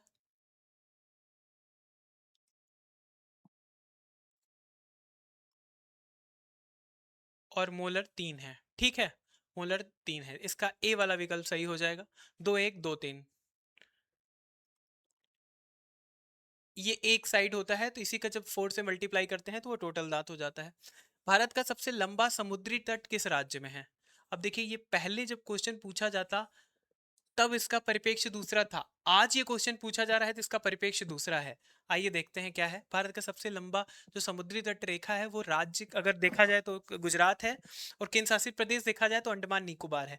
आइए एक बार देख लेते हैं सबके बारे में। जब राज्य की तटरेखा और केंद्र शासित प्रदेश की तटरेखा की बात की जाए तो ध्यान रखिएगा, क्या अंडमान निकोबार सबसे ज्यादा है 3083, गुजरात कितना है 2340, तमिलनाडु कितना है 1068, आंध्र प्रदेश कितना है 1053, महाराष्ट्र कितना है 877, पश्चिम बंगाल कितना है 721, केरल कितना है 600, उड़ीसा कितना है 574, कर्नाटक कितना है 343, गोवा कितना है 194, लक्षद्वीप कितना है 145, दमन और दीव कितना है 52, और पुदुचेरी है 42, सबसे कम 42 है, और अंडमान निकोबार का है सबसे ज्यादा। तो देखिए पहले जो हमारा जो तटरेखा थी वो अलग थी, अभी कितना है, इतना किलोमीटर, इतना किलोमीटर है तटरेखा भी। ठीक है, कुल 48% की वृद्धि हुई है तटरेखा में। क्यों? ऐसा नहीं कि तटरेखा बदल गई है, नापने का जो पैमाना था उसको बदल दिया गया है, अब एक्यूरेसी के साथ मापा गया है तो कुल इतना आया है। ठीक है, आगे चलते हैं। इतनी चीजें आशा करता हूं आपको समझ में आ गई होंगी। The title Mahatma was given to Gandhi by, Mahatma की उपाधि किसको दी गई, किसके द्वारा दी गई थी गांधी जी को? सुभाष चंद्र बोस के द्वारा? नहीं, इनके द्वारा। तो क्या दिया गया था? राष्ट्रपिता, राष्ट्रपिता रविन्द्रनाथ टैगोर जी द्वारा दिया गया था महात्मा। नेहरू जी बापू कहते थे, बापू। पटेल जी ने ऐसा कोई नाम नहीं दिया था। बापू, राष्ट्रपिता और महात्मा। ठीक है, इन्होंने क्या कहा था? महात्मा।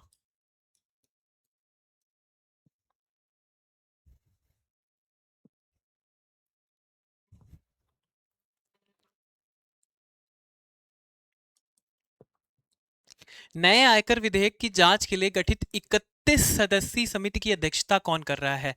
The 31 member committee to examine the new income tax bill is chaired by Baijayant Panda. चौथा नो मनी फॉर टेरर सम्मेलन कहां आयोजित हुआ है? म्यूनिख में। कहां आयोजित हुआ है? म्यूनिख में। निम्नलिखित में से 8 ग्रहों को उनके आकार के हिसाब से क्रम में व्यवस्थित करना है, उनके ऑर्डर में व्यवस्थित करना है। ठीक है, सबसे बड़े से छोटे की ओर, लार्जेस्ट टू स्मॉलेस्ट। सबसे बड़ा जुपिटर है, ये सभी को पता है। जुपिटर के बाद सैटर्न है, ये सभी को पता है। सैटर्न के बाद आपको अगर ना पता हो तो पता कर लीजिए, यूरेनस है। यूरेनस के बाद नेपच्यून है, तो बाकी का ये तो कट ही गए। फिर अर्थ है, फिर वेनस है, फिर मार्स है, फिर मरकरी। मरकरी सबसे छोटा है, तो एक तो मार्स ये भी कट गया। अगर आपको कुछ ना भी पता होता तो मार्स सबसे छोटा नहीं, ये कट गया होता। ठीक है, और जुपिटर के बाद सैटर्न आपको खाली कंफ्यूज करता ए और बी। ठीक है, और उसमें भी अगर आपने थोड़ा सा दिमाग लगा लिया होता तो ये भी आपका आराम से हो जाता है। ठीक है, क्योंकि यहाँ अर्थ पहले है, अगर वीनस अर्थ से पहले आ जा रहा है मतलब दिक्कत है। ठीक है, तो हमारा ए वाला विकल्प सही हो जाता है। Who topped the Bloomberg 2025 list of Asia's richest family? कौन है भाई ब्लूमबर्ग 2025 का एशिया का सबसे धनी परिवार? मिस्त्री फैमिली इंडिया? नहीं। Ambani family India? बिल्कुल सही। बाकी का और कोई नहीं, अंबानी फैमिली। ठीक है, Bharat. Who announced the 5,000 kilometre long India USA water worth cable project? तो ये किसने किया है? ये सबसी केबल प्रोजेक्ट को किसने मतलब ये करने की घोषणा की है?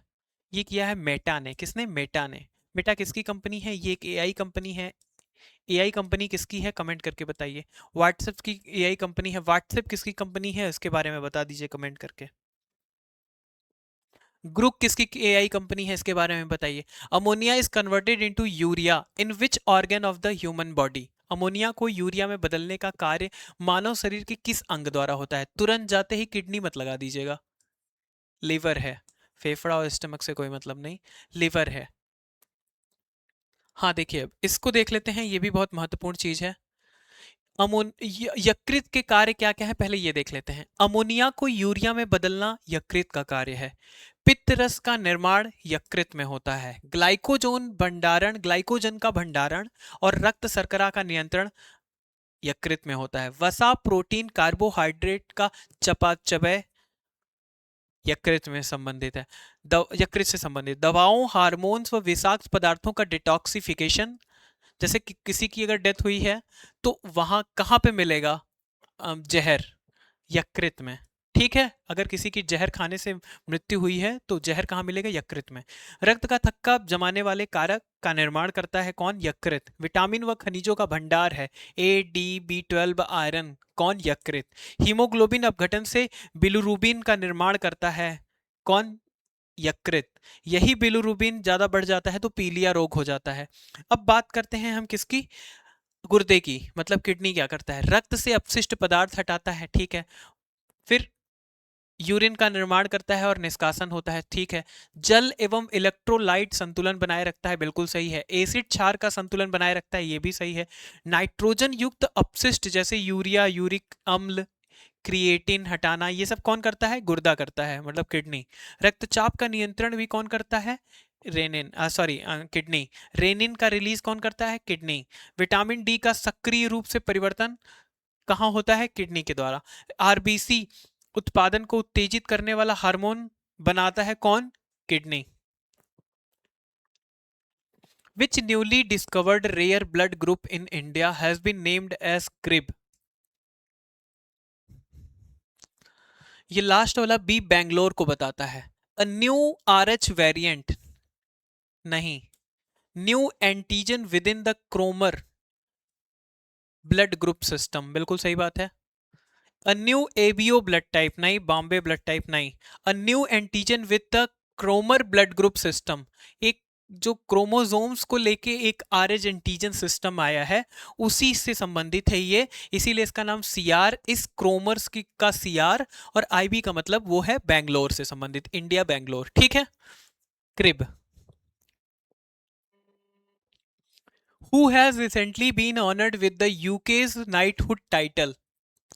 यूके की मानद नाइटहुड उपाधि किसे दी गई थी?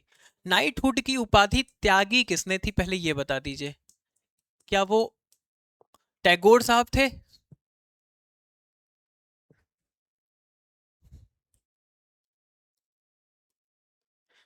त्याग किसने किया था? वो सुनील मित्तल हैं, जिनको ये क्या मिला है? यूके की मानद नाइटहुड उपाधि। हाल ही में एफबीआई के 9वें निदेशक के रूप में किसे? एफबीआई कहाँ की संस्था है? यूएसए की। कौन सी संस्था है? कमेंट करके बताइए। कास पटेल बने हैं, ठीक है। मानव शरीर में प्रोटीन का पाचन कहाँ प्रारंभ होता है? प्रोटीन का पाचन मुंह में? नहीं। पेट में? बिल्कुल। पेप्सिन नामक एंजाइम होता है जो प्रोटीन को तोड़ देता है, ठीक है, यहीं से शुरू हो जाता है, पेट से। कौन सा अनुच्छेद अस्पृश्यता के अंत को बताता है? 15, 14 और 19। ये तो स्वतंत्रता का अधिकार है, ये समता का अधिकार है, और ये क्या है? जाति, लिंग, धर्म इत्यादि के भेदभाव को रोकने का बात बताता है कौन? अनुच्छेद 15। आर्टिकल 14 ये समता का अधिकार, और आर्टिकल 19 ये स्वतंत्रता का अधिकार। 17 क्या है? अस्पृश्यता का अंत है ये, ठीक है, अस्पृश्यता का अंत, यही वाला विकल्प हमारा सही है। विच इंडियन सिटीज, यहीं पे एक बार जान लीजिए कौन सा इंडियन को मिलता है।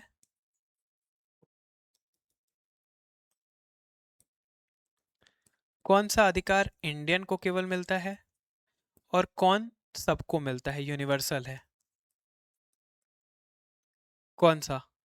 कौन सा फंडामेंटल राइट इंडियन को है, कौन सा यूनिवर्सल है सबके लिए? इंडियन को क्या मिलता है?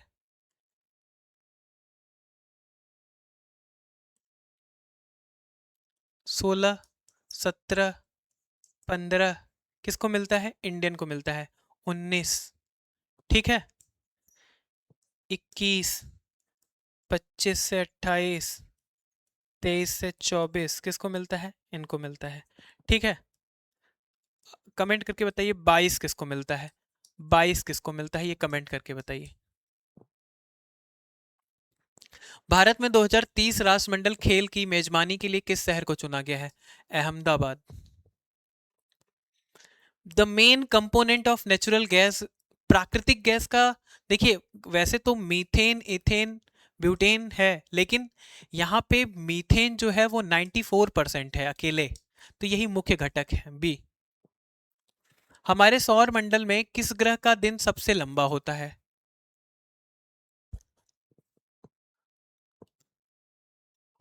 वीनस का। 243 दिन के बराबर, 243 पृथ्वी दिन के बराबर होता है वीनस का एक दिन। उसके बाद बुध है, इसका 58 दिन, 58 दिन के बराबर होता है, पृथ्वी दिन के बराबर एक दिन। कौन सी नदी तिब्बत से सांगपो नाम, तिब्बत में सांगपो नाम से जानी जाती है? गंगा का नाम क्या क्या है? भागीरथी, पद्मा, ठीक है।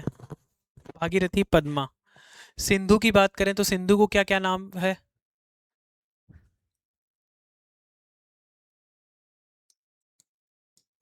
सिंघी, खंबान, सिंघी खंबान, सिंघी खंबान।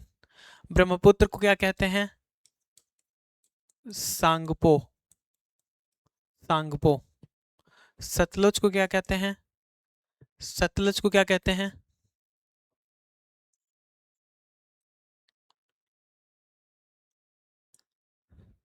सतलज को खम खंबाब, खंबाब करके लेगा, खंबाब करके कुछ नाम है किसका? सतलज का, ठीक है, सतलज का। तो सबका नाम आपके सामने है। सांगपो किसका नाम है? ब्रह्मपुत्रा का नाम है। किसका नाम है? ब्रह्मपुत्रा का नाम है, ठीक है। किसका नाम है? ब्रह्मपुत्रा का। आइए अगले क्वेश्चन पे चलते हैं।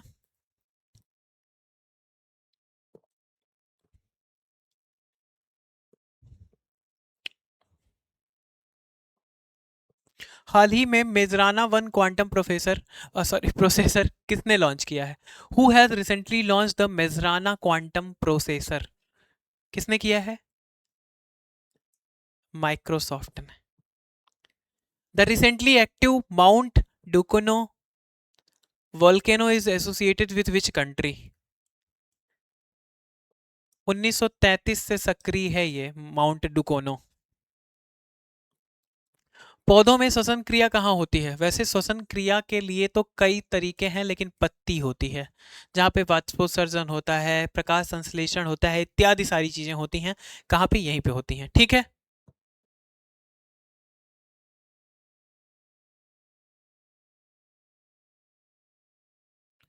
Who has been recognized as women of the year by Time magazine recently? Rekha Gupta, Chandrika Tandon, Nita Ambani, Purnima Varman. Purnima Varman को। गुब्बारों को उड़ाने के लिए किस गैस का उपयोग करते हैं? हीलियम। भारतीयों के लिए मौलिक अधिकार का सर्वप्रथम उल्लेख कहाँ किया गया था? वैसे तो स्वराज, स्वराज पत्र में किया गया था पहले ही 1895 में, लेकिन उसको आधिकारिक नहीं माना गया है। आधिकारिक माना जाता है Simon commission, sorry sorry sorry Nehru report 1928 की। कौन किसने किया था? मोतीलाल नेहरू जी ने, ठीक है।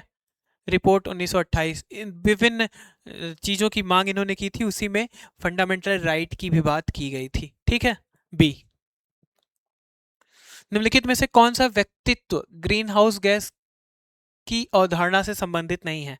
कौन सा इसमें से संबंधित नहीं है? जोफिस फोरियर, सावेंट, अहेरनिस, निस गुस्ताफ इकोलम। इन्होंने ही इसको परिभाषित किया था। इस अवधारणा मतलब इसका नाम किसने, शब्द किसने दिया था? नील्स गुस्ताफ एकहोम ने। इन दोनों लोगों ने इसकी अवधारणा को विकसित किया था और बताया था, लेकिन एकहोम ने बताया था कि ग्रीन हाउस गैस मतलब ये शब्द इन्होंने यूज किया था। डिमिट्री मेंडेव की बात करें तो ये आवर्त सारणी से संबंधित है, इससे संबंधित नहीं है। Which of the following wetland has been declared as India's 94th Ramsar site? Goga बील कटिहार बिहार में है। कहाँ है? कटिहार बिहार में। और यही एक क्वेश्चन है कि भारत में how many tiger reserve in India? क्या टाइगर रिजर्व कितने हैं अभी इंडिया में? ऑप्शन है 58, 57, 59, 56। ए बी सी डी, बताइए जल्दी क्या है? क्योंकि रामसर साइट तो 94 हो गई है, क्योंकि यहाँ पे 94वां दिया हुआ है। इलेक्ट्रॉनिक कार्मिक लाइसेंस लॉन्च करने वाला भारत कौन सा देश बन गया है? पहले नंबर पे कौन है और दूसरे नंबर पे कौन है? दूसरे नंबर पे भारत है, इंडिया। पहले पे कौन है? China. China. Which of the following pair is not correctly match? कौन सा इसमें से सही रूप से जुड़ा हुआ नहीं है, मतलब सुमेलित नहीं है? टेलीफोन अलेक्जेंडर ग्राहम बेल, बिल्कुल सही है। Light bulb Thomas Alva Edison, ये भी सही है। विमान राइट ब्रदर्स, ये भी सही है। अब देखिए इतनी चीजें सही हो गई तो बचा क्या यहाँ पे? टेलीविजन। टेलीविजन की बात अगर की जाए, टेलीविजन क्या है? Alexander Fleming. अलेक्जेंडर फ्लेमिंग नहीं है।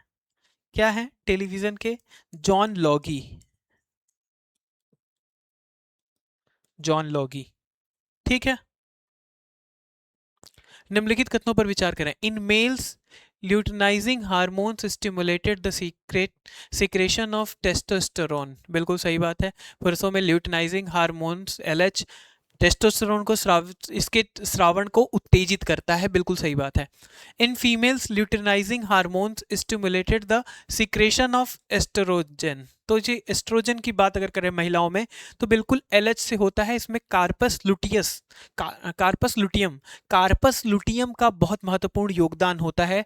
किसके? एस्ट्रोजन के स्राव इत्यादि में। ठीक है, तो ये वाली बात भी सही है, लेकिन इसमें कार्पस लुटियम की कमी दिख रही है, उसको आप जान लीजिए। कार्पस लुटियम महत्वपूर्ण योगदान देता है। ठीक है, तो ये दोनों सही है, 1 और 2 दोनों। कंसीडर द फॉलोइंग स्टेटमेंट, निम्नलिखित कथनों पर विचार करें। Alaknanda river originated from Satopanth glacier, सही बात है। Bhagirathi river originated from Gangotri glacier, नहीं। नहीं, भागीरथी रिवर गंगोत्री ग्लेशियर से नहीं है, खड़क खड़क ग्लेशियर से है। ठीक है, तो ये गलत हो गया हमारा। ए सही हो गया, केवल एक। एमआरएनए का फुल फॉर्म क्या है? मॉलिक्यूलर राइबो न्यूक्लिक एसिड, नहीं है। मैसेंजर राइबो न्यूक्लिक एसिड, बिल्कुल। मॉडिफाइड राइबो न्यूक्लिक एसिड, नहीं। मोटर राइबो नहीं।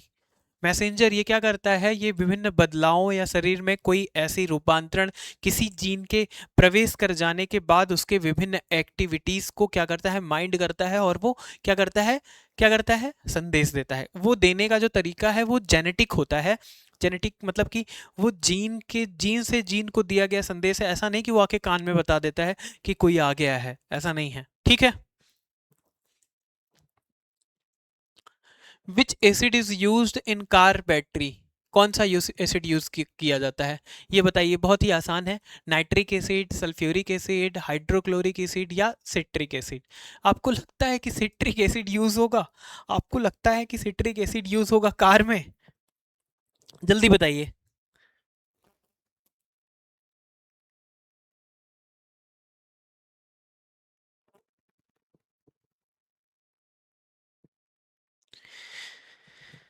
इस वाले क्वेश्चन को आप बताएंगे, क्योंकि इसको मैंने एक बार और करा दिया है क्वेश्चन, ऐसा ही क्वेश्चन एक आ चुका था। ठीक है। और हाइड्रोक्लोरिक एसिड तो हमारे शरीर में पाया जाता है HCl, ठीक है। इसका पीएच मान कितना होता है, 1 से 2 के बीच में ही होता है, ठीक है। नाइट्रिक अम्ल, नाइट्रिक एसिड की बात हो नहीं रही है, ठीक है। बच एक ही रहा है, कमेंट करके बताइए। वेयर वॉज द मुद्रा स्वास्थ्य कार्ड योजना फर्स्ट लॉन्च? मुद्रा स्वास्थ्य कार्ड योजना सबसे पहले कहाँ लॉन्च हुआ था? राजस्थान के सूरतगढ़ में। कहाँ यह लॉन्च हुआ था? सूरतगढ़ में, ठीक है। कहाँ लॉन्च हुआ था? सूरत में, ठीक है। चलिए ठीक है, आगे चलते हैं। भारत में सर्वाधिक चाय किस किस्म की पाई जाती है? देखिए जैसे ये क्वेश्चन है, चाय कहाँ पाई जाती है, तो आपको तुरंत पता होगा असम। अगर राज्य पूछेगा तो असम, सिटी पूछेगा तो आप तुरंत कर लेंगे दार्जिलिंग, ठीक है, दार्जिलिंग कर देंगे, आसाम या दार्जिलिंग। लेकिन अगर पूछ ले कि उत्पादन किस तरीके का होता है, तो आसाम में ही उत्पादन होता है, सही बात है, लेकिन कौन सा? कैमलिया साइनेंस वर साइनेंस नहीं, कैमलिया साइनेंस वर असामिका, बिल्कुल सही बात है। कैसेमिलिया टिएनेंस नहीं, कोई नहीं है। असामिका मतलब ये जो कैमिलिया साइनेंसिस, खाली इतना आपको बता सकता है, पूछ सकता है। कैमिलिया साइनेंसिस प्रकार की जो चाय है वो हमारे यहाँ बहुत ज़्यादा मात्रा में होती है और सबसे ज़्यादा असम में उसका उत्पादन होता है, ठीक है। The recently discussed Anant campus is related to which company? Anant campus एक बहुत ही आलीशान ऑफिस बनने की तैयारी हो रही है, किसके द्वारा की जा रही है? रिलायंस के द्वारा नहीं, माइक्रोसॉफ्ट के द्वारा नहीं, अमेजन के द्वारा नहीं, गूगल के द्वारा।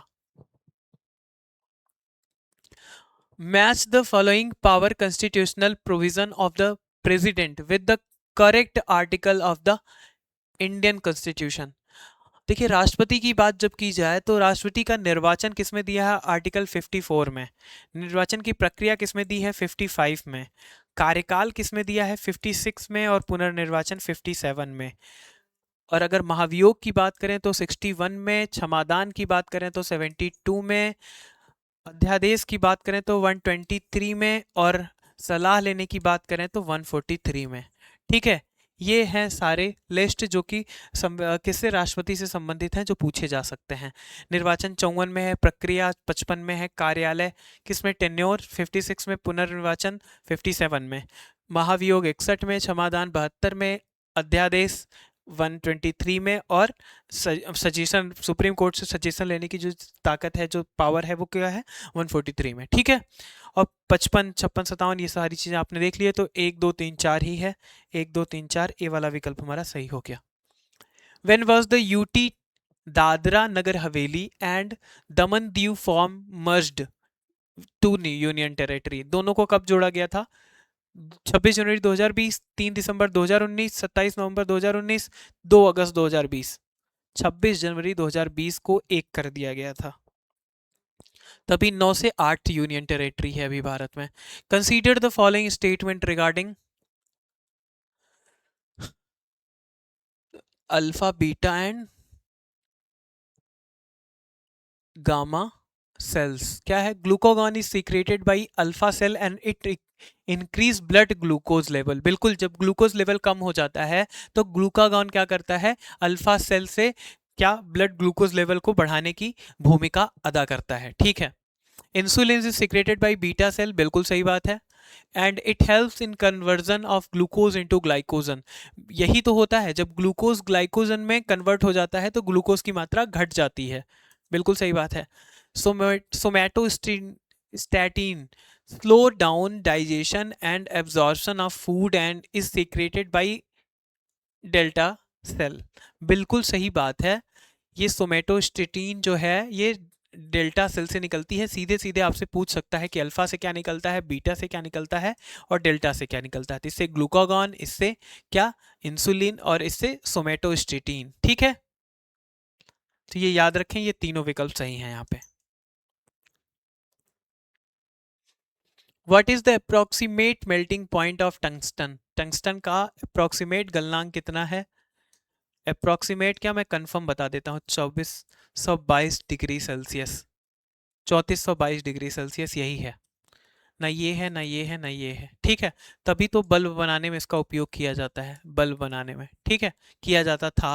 अभी तो फिलहाल दूसरी तकनीकियां हैं। भारत की सबसे लंबी सीमा किस देश के साथ लगती है?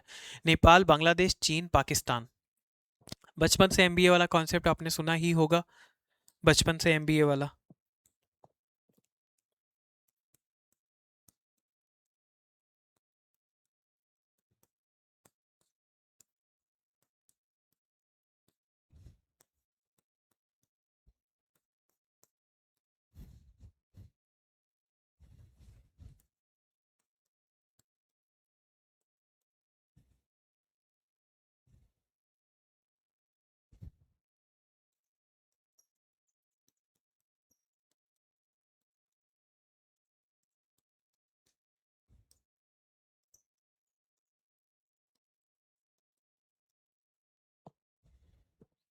फिर यहाँ पे है एक अफगानिस्तान।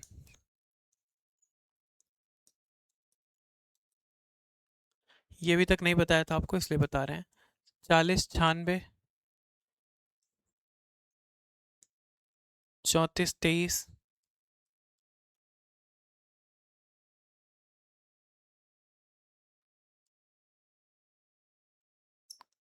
33, 88, 34, 88 है। 34, 88, 33, 23।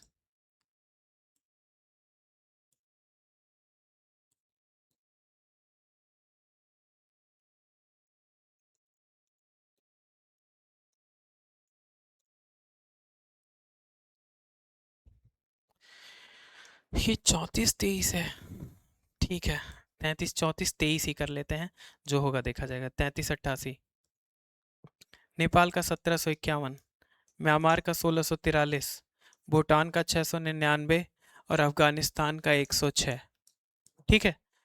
3423 यहाँ पे लिख दिया है, अगर कोई चेंज होगा तो मैं आपको बता दूंगा।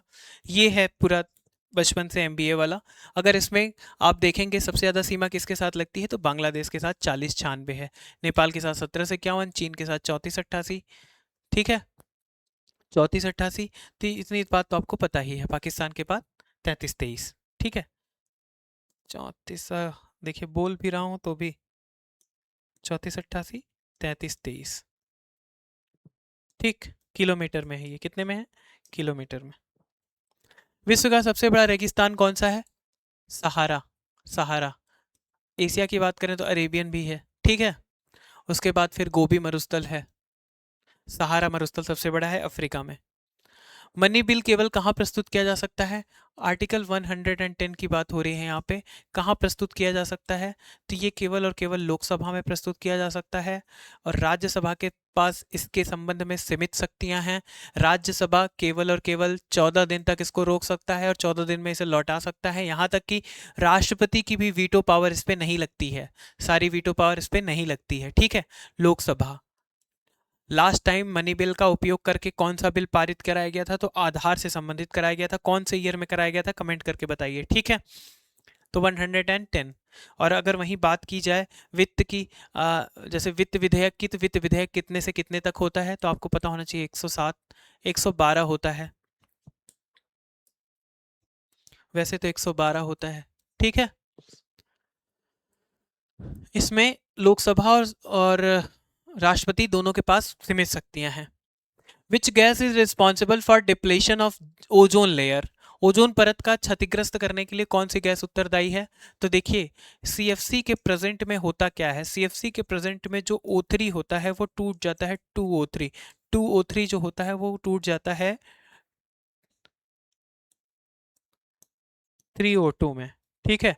इसी तरीके से वो ऑक्सीजन में कन्वर्ट हो जाता है, और जो ओजोन लेयर है, जो ओजोन लेयर है, ये टूटने लग जाती है, ठीक है। वो टूटने लग जाती है। ओजोन के संबंध में इतना जान लीजिए, ओजोन दिवस 16 सितंबर को मनाया जाता है। ओजोन स्ट्रेटोस्फियर में, ओजोन जो परत है वो स्ट्रेटोस्फियर में है। इसके साथ साथ ये भी जान लीजिए कि ओजोन की जो परत है, जो यहाँ पे विघटन, प्रकाश का विघटन होता है, उसी से ओजोन का निर्माण भी होता है। इसकी जो परत होती है उसको नापने की इकाई डाप्सन है, जिसको डीबी से दिखाते हैं। ठीक है, चलिए आगे चलते हैं। ओजोन का काम कीटाणुनाशक के रूप में भी किया जा सकता है। इलेक्ट्रॉन की खोज किसने की थी? तो ईंट पर नाच वाली बात तो आपको पता ही होगी। इलेक्ट्रॉन से थॉमस, मतलब थॉमसन, थॉमसन या थॉमसन। पर प्रोटॉन से रदरफोर्ड और न्यूट्रॉन से चैंडविक। ठीक है, तो ये हैं जे जे थॉमसन। ठीक है, ये किससे संबंधित थे? ये प्रोटॉन से संबंधित थे। ठीक है, भारत का मसाला उद्यान किस राज्य को कहा जाता है? केरल को। ठीक है, कुट्टनाद। कुट्टनाद क्या है? कुट्टनाद एक ऐसे चावल की कृषि करने योग्य भूमि है जिसका तल समुद्र तल से नीचे है, वो हमेशा पानी से डूबा रहता है, उसी को कुट्टनाद कहते हैं।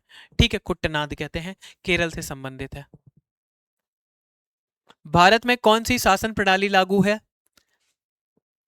ये वाला क्वेश्चन कम से कम आप कर ही लीजिए, इस वाले क्वेश्चन को बताने का कोई मतलब नहीं, इसको आप अपने से करिए। 88 नंबर इसका आप कमेंट करके जरूर बताइएगा। ठीक है, मैं इतना बता देता हूं कि जो राष्ट्रपति शासन है वो प्रेसिडेंशियल, वो कहाँ पे है? वो है अमेरिका में। अग्निशमन यंत्रों में कौन सी गैस प्रयुक्त होती है?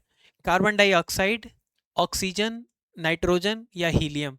अग्निशमन यंत्रों में कार्बन डाइऑक्साइड का उपयोग किया जाता है। क्यों? क्योंकि ये ऑक्सीजन की मात्रा को घटा देता है और तब आग बुझ जाती है। ठीक है, मानव शरीर का सबसे बड़ा अंग कौन सा है? ब्रेन, स्किन, लीवर या हार्ट? जैसे एक कहावत बचपन में कही जाती थी कि भैंस बड़ी की अकल, भैंस बड़ी की अकल। तो यहां बता दीजिए आप कौन सा बड़ा है? मस्तिष्क, स्किन, लीवर। जो त्वचा होती है वो लगभग 15% भार किससे संबंधित है? स्किन से संबंधित है, यही होती है। ठीक है, सबसे बड़ा अंग कौन सा है? स्किन है। कौन सी नदी डेल्टा का निर्माण नहीं करती? Bay of Bengal, bay of Bengal, bay of Bengal. जो गिरती है वो डेल्टा बनाएगी, जो नहीं है वो एस्चुरी बनाएगी। कहाँ बनाएगी? एस्चुरी अरब सागर में, नर्मदा, नर्मदा नदी। ठीक है, वृंश घाटी का निर्माण करते हुए अरब सागर में जाके गिर जाती है। 1312 किलोमीटर लंबी नदी है जो कि अरब सागर में गिरती है। और नर्मदा नदी विंध्यन और सतपुड़ा के बीच की एक नदी है। ये अमरकंटक से निकलती है। अमरकंटक से निकलने वाली दूसरी नदी सोन है। सोन गंगा की सहायक नदी है जो कि बिहार पटना से थोड़े पहले ही मिल जाती है गंगा से। और अगर बात की जाए, जो सोन दाहिने तरफ से मिलती है, दाहिने किनारे से मिलने वाली गंगा में दूसरी नदी यमुना है। यमुना की जो सहायक नदियां हैं वो CSB के हैं। तो मतलब इसी तरीके से आप अगर कास्केडिंग करते चले जाएं तो आपको फैक्ट पे फैक्ट, फैक्ट पे फैक्ट मिलता चला जाएगा। ठीक है, तो नर्मदा।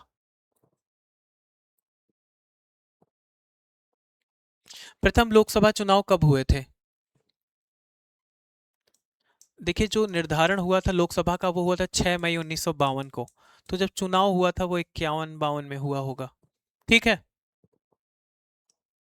क्योंकि 4-6 साल बाद थोड़ी बनेगा। प्रसिद्ध कहानी काबुली वाला, काबुली वाला, ये कहानी किसने लिखा है? मुंशी प्रेमचंद्र ने? नहीं। बंकिम चंद्र चटर्जी ने? नहीं। सत्यजीत रे ने कि रविन्द्रनाथ टैगोर ने? रविन्द्रनाथ टैगोर ने। गीतांजलि भी लिखा है इनका, पूछ लिया जाता है कभी कभी गीतांजलि के बारे में, पुस्तक है गीतांजलि। अच्छा, जनगण मन अधिनायक किसने गाया था? राष्ट्रगान हमारा, हमारा राष्ट्रगान किसके द्वारा गाया गया है? किसके द्वारा लिखा गया है? 11 दिसंबर, 11 दिसंबर 1911 को लिखा गया था। किसके द्वारा? रविन्द्रनाथ टैगोर जी द्वारा। और 21 दिसंबर 1911 को गाया गया था पहली बार। आयल इंडिया लिमिटेड ऑयल द्वारा भारत का पहला शुद्ध हरित हाइड्रोजन संयंत्र कहाँ शुरू किया गया था? तो 22 अप्रैल 2022 को शुरू किया गया था जोरहट असम में।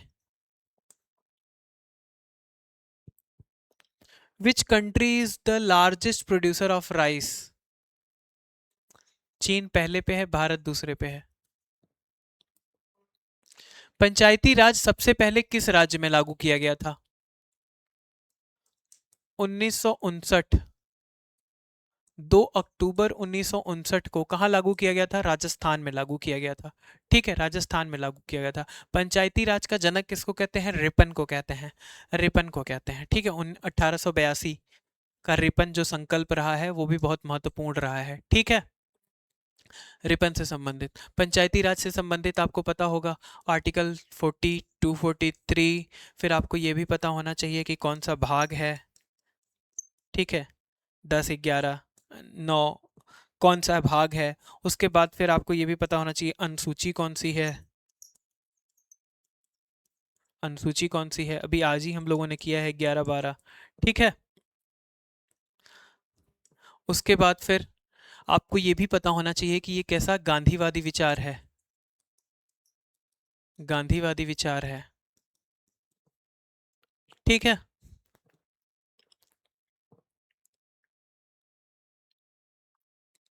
आधुनिक भौतिकी के जनक किसे कहा जाता है? आइंस्टाइन को। आइंस्टाइन को नोबेल पुरस्कार किस में मिला है? सापेक्षता के सिद्धांत में या प्रकाश विद्युत के प्रभाव? प्रकाश विद्युत के प्रभाव के लिए। सापेक्षता का सिद्धांत बहुत फेमस हुआ लेकिन उसके लिए नोबेल नहीं मिला है, याद रख लीजिए आप। भारत के सुप्रीम कोर्ट का आदर्श वाक्य क्या है? आजादी, समानता, भ्रातृत्व। यतो धर्मस्ततो जयः, न्याय उससे कम नहीं, सत्य की जय हो। यतो धर्मस्तो तो जयः कहाँ से लिया गया है? महाभारत से।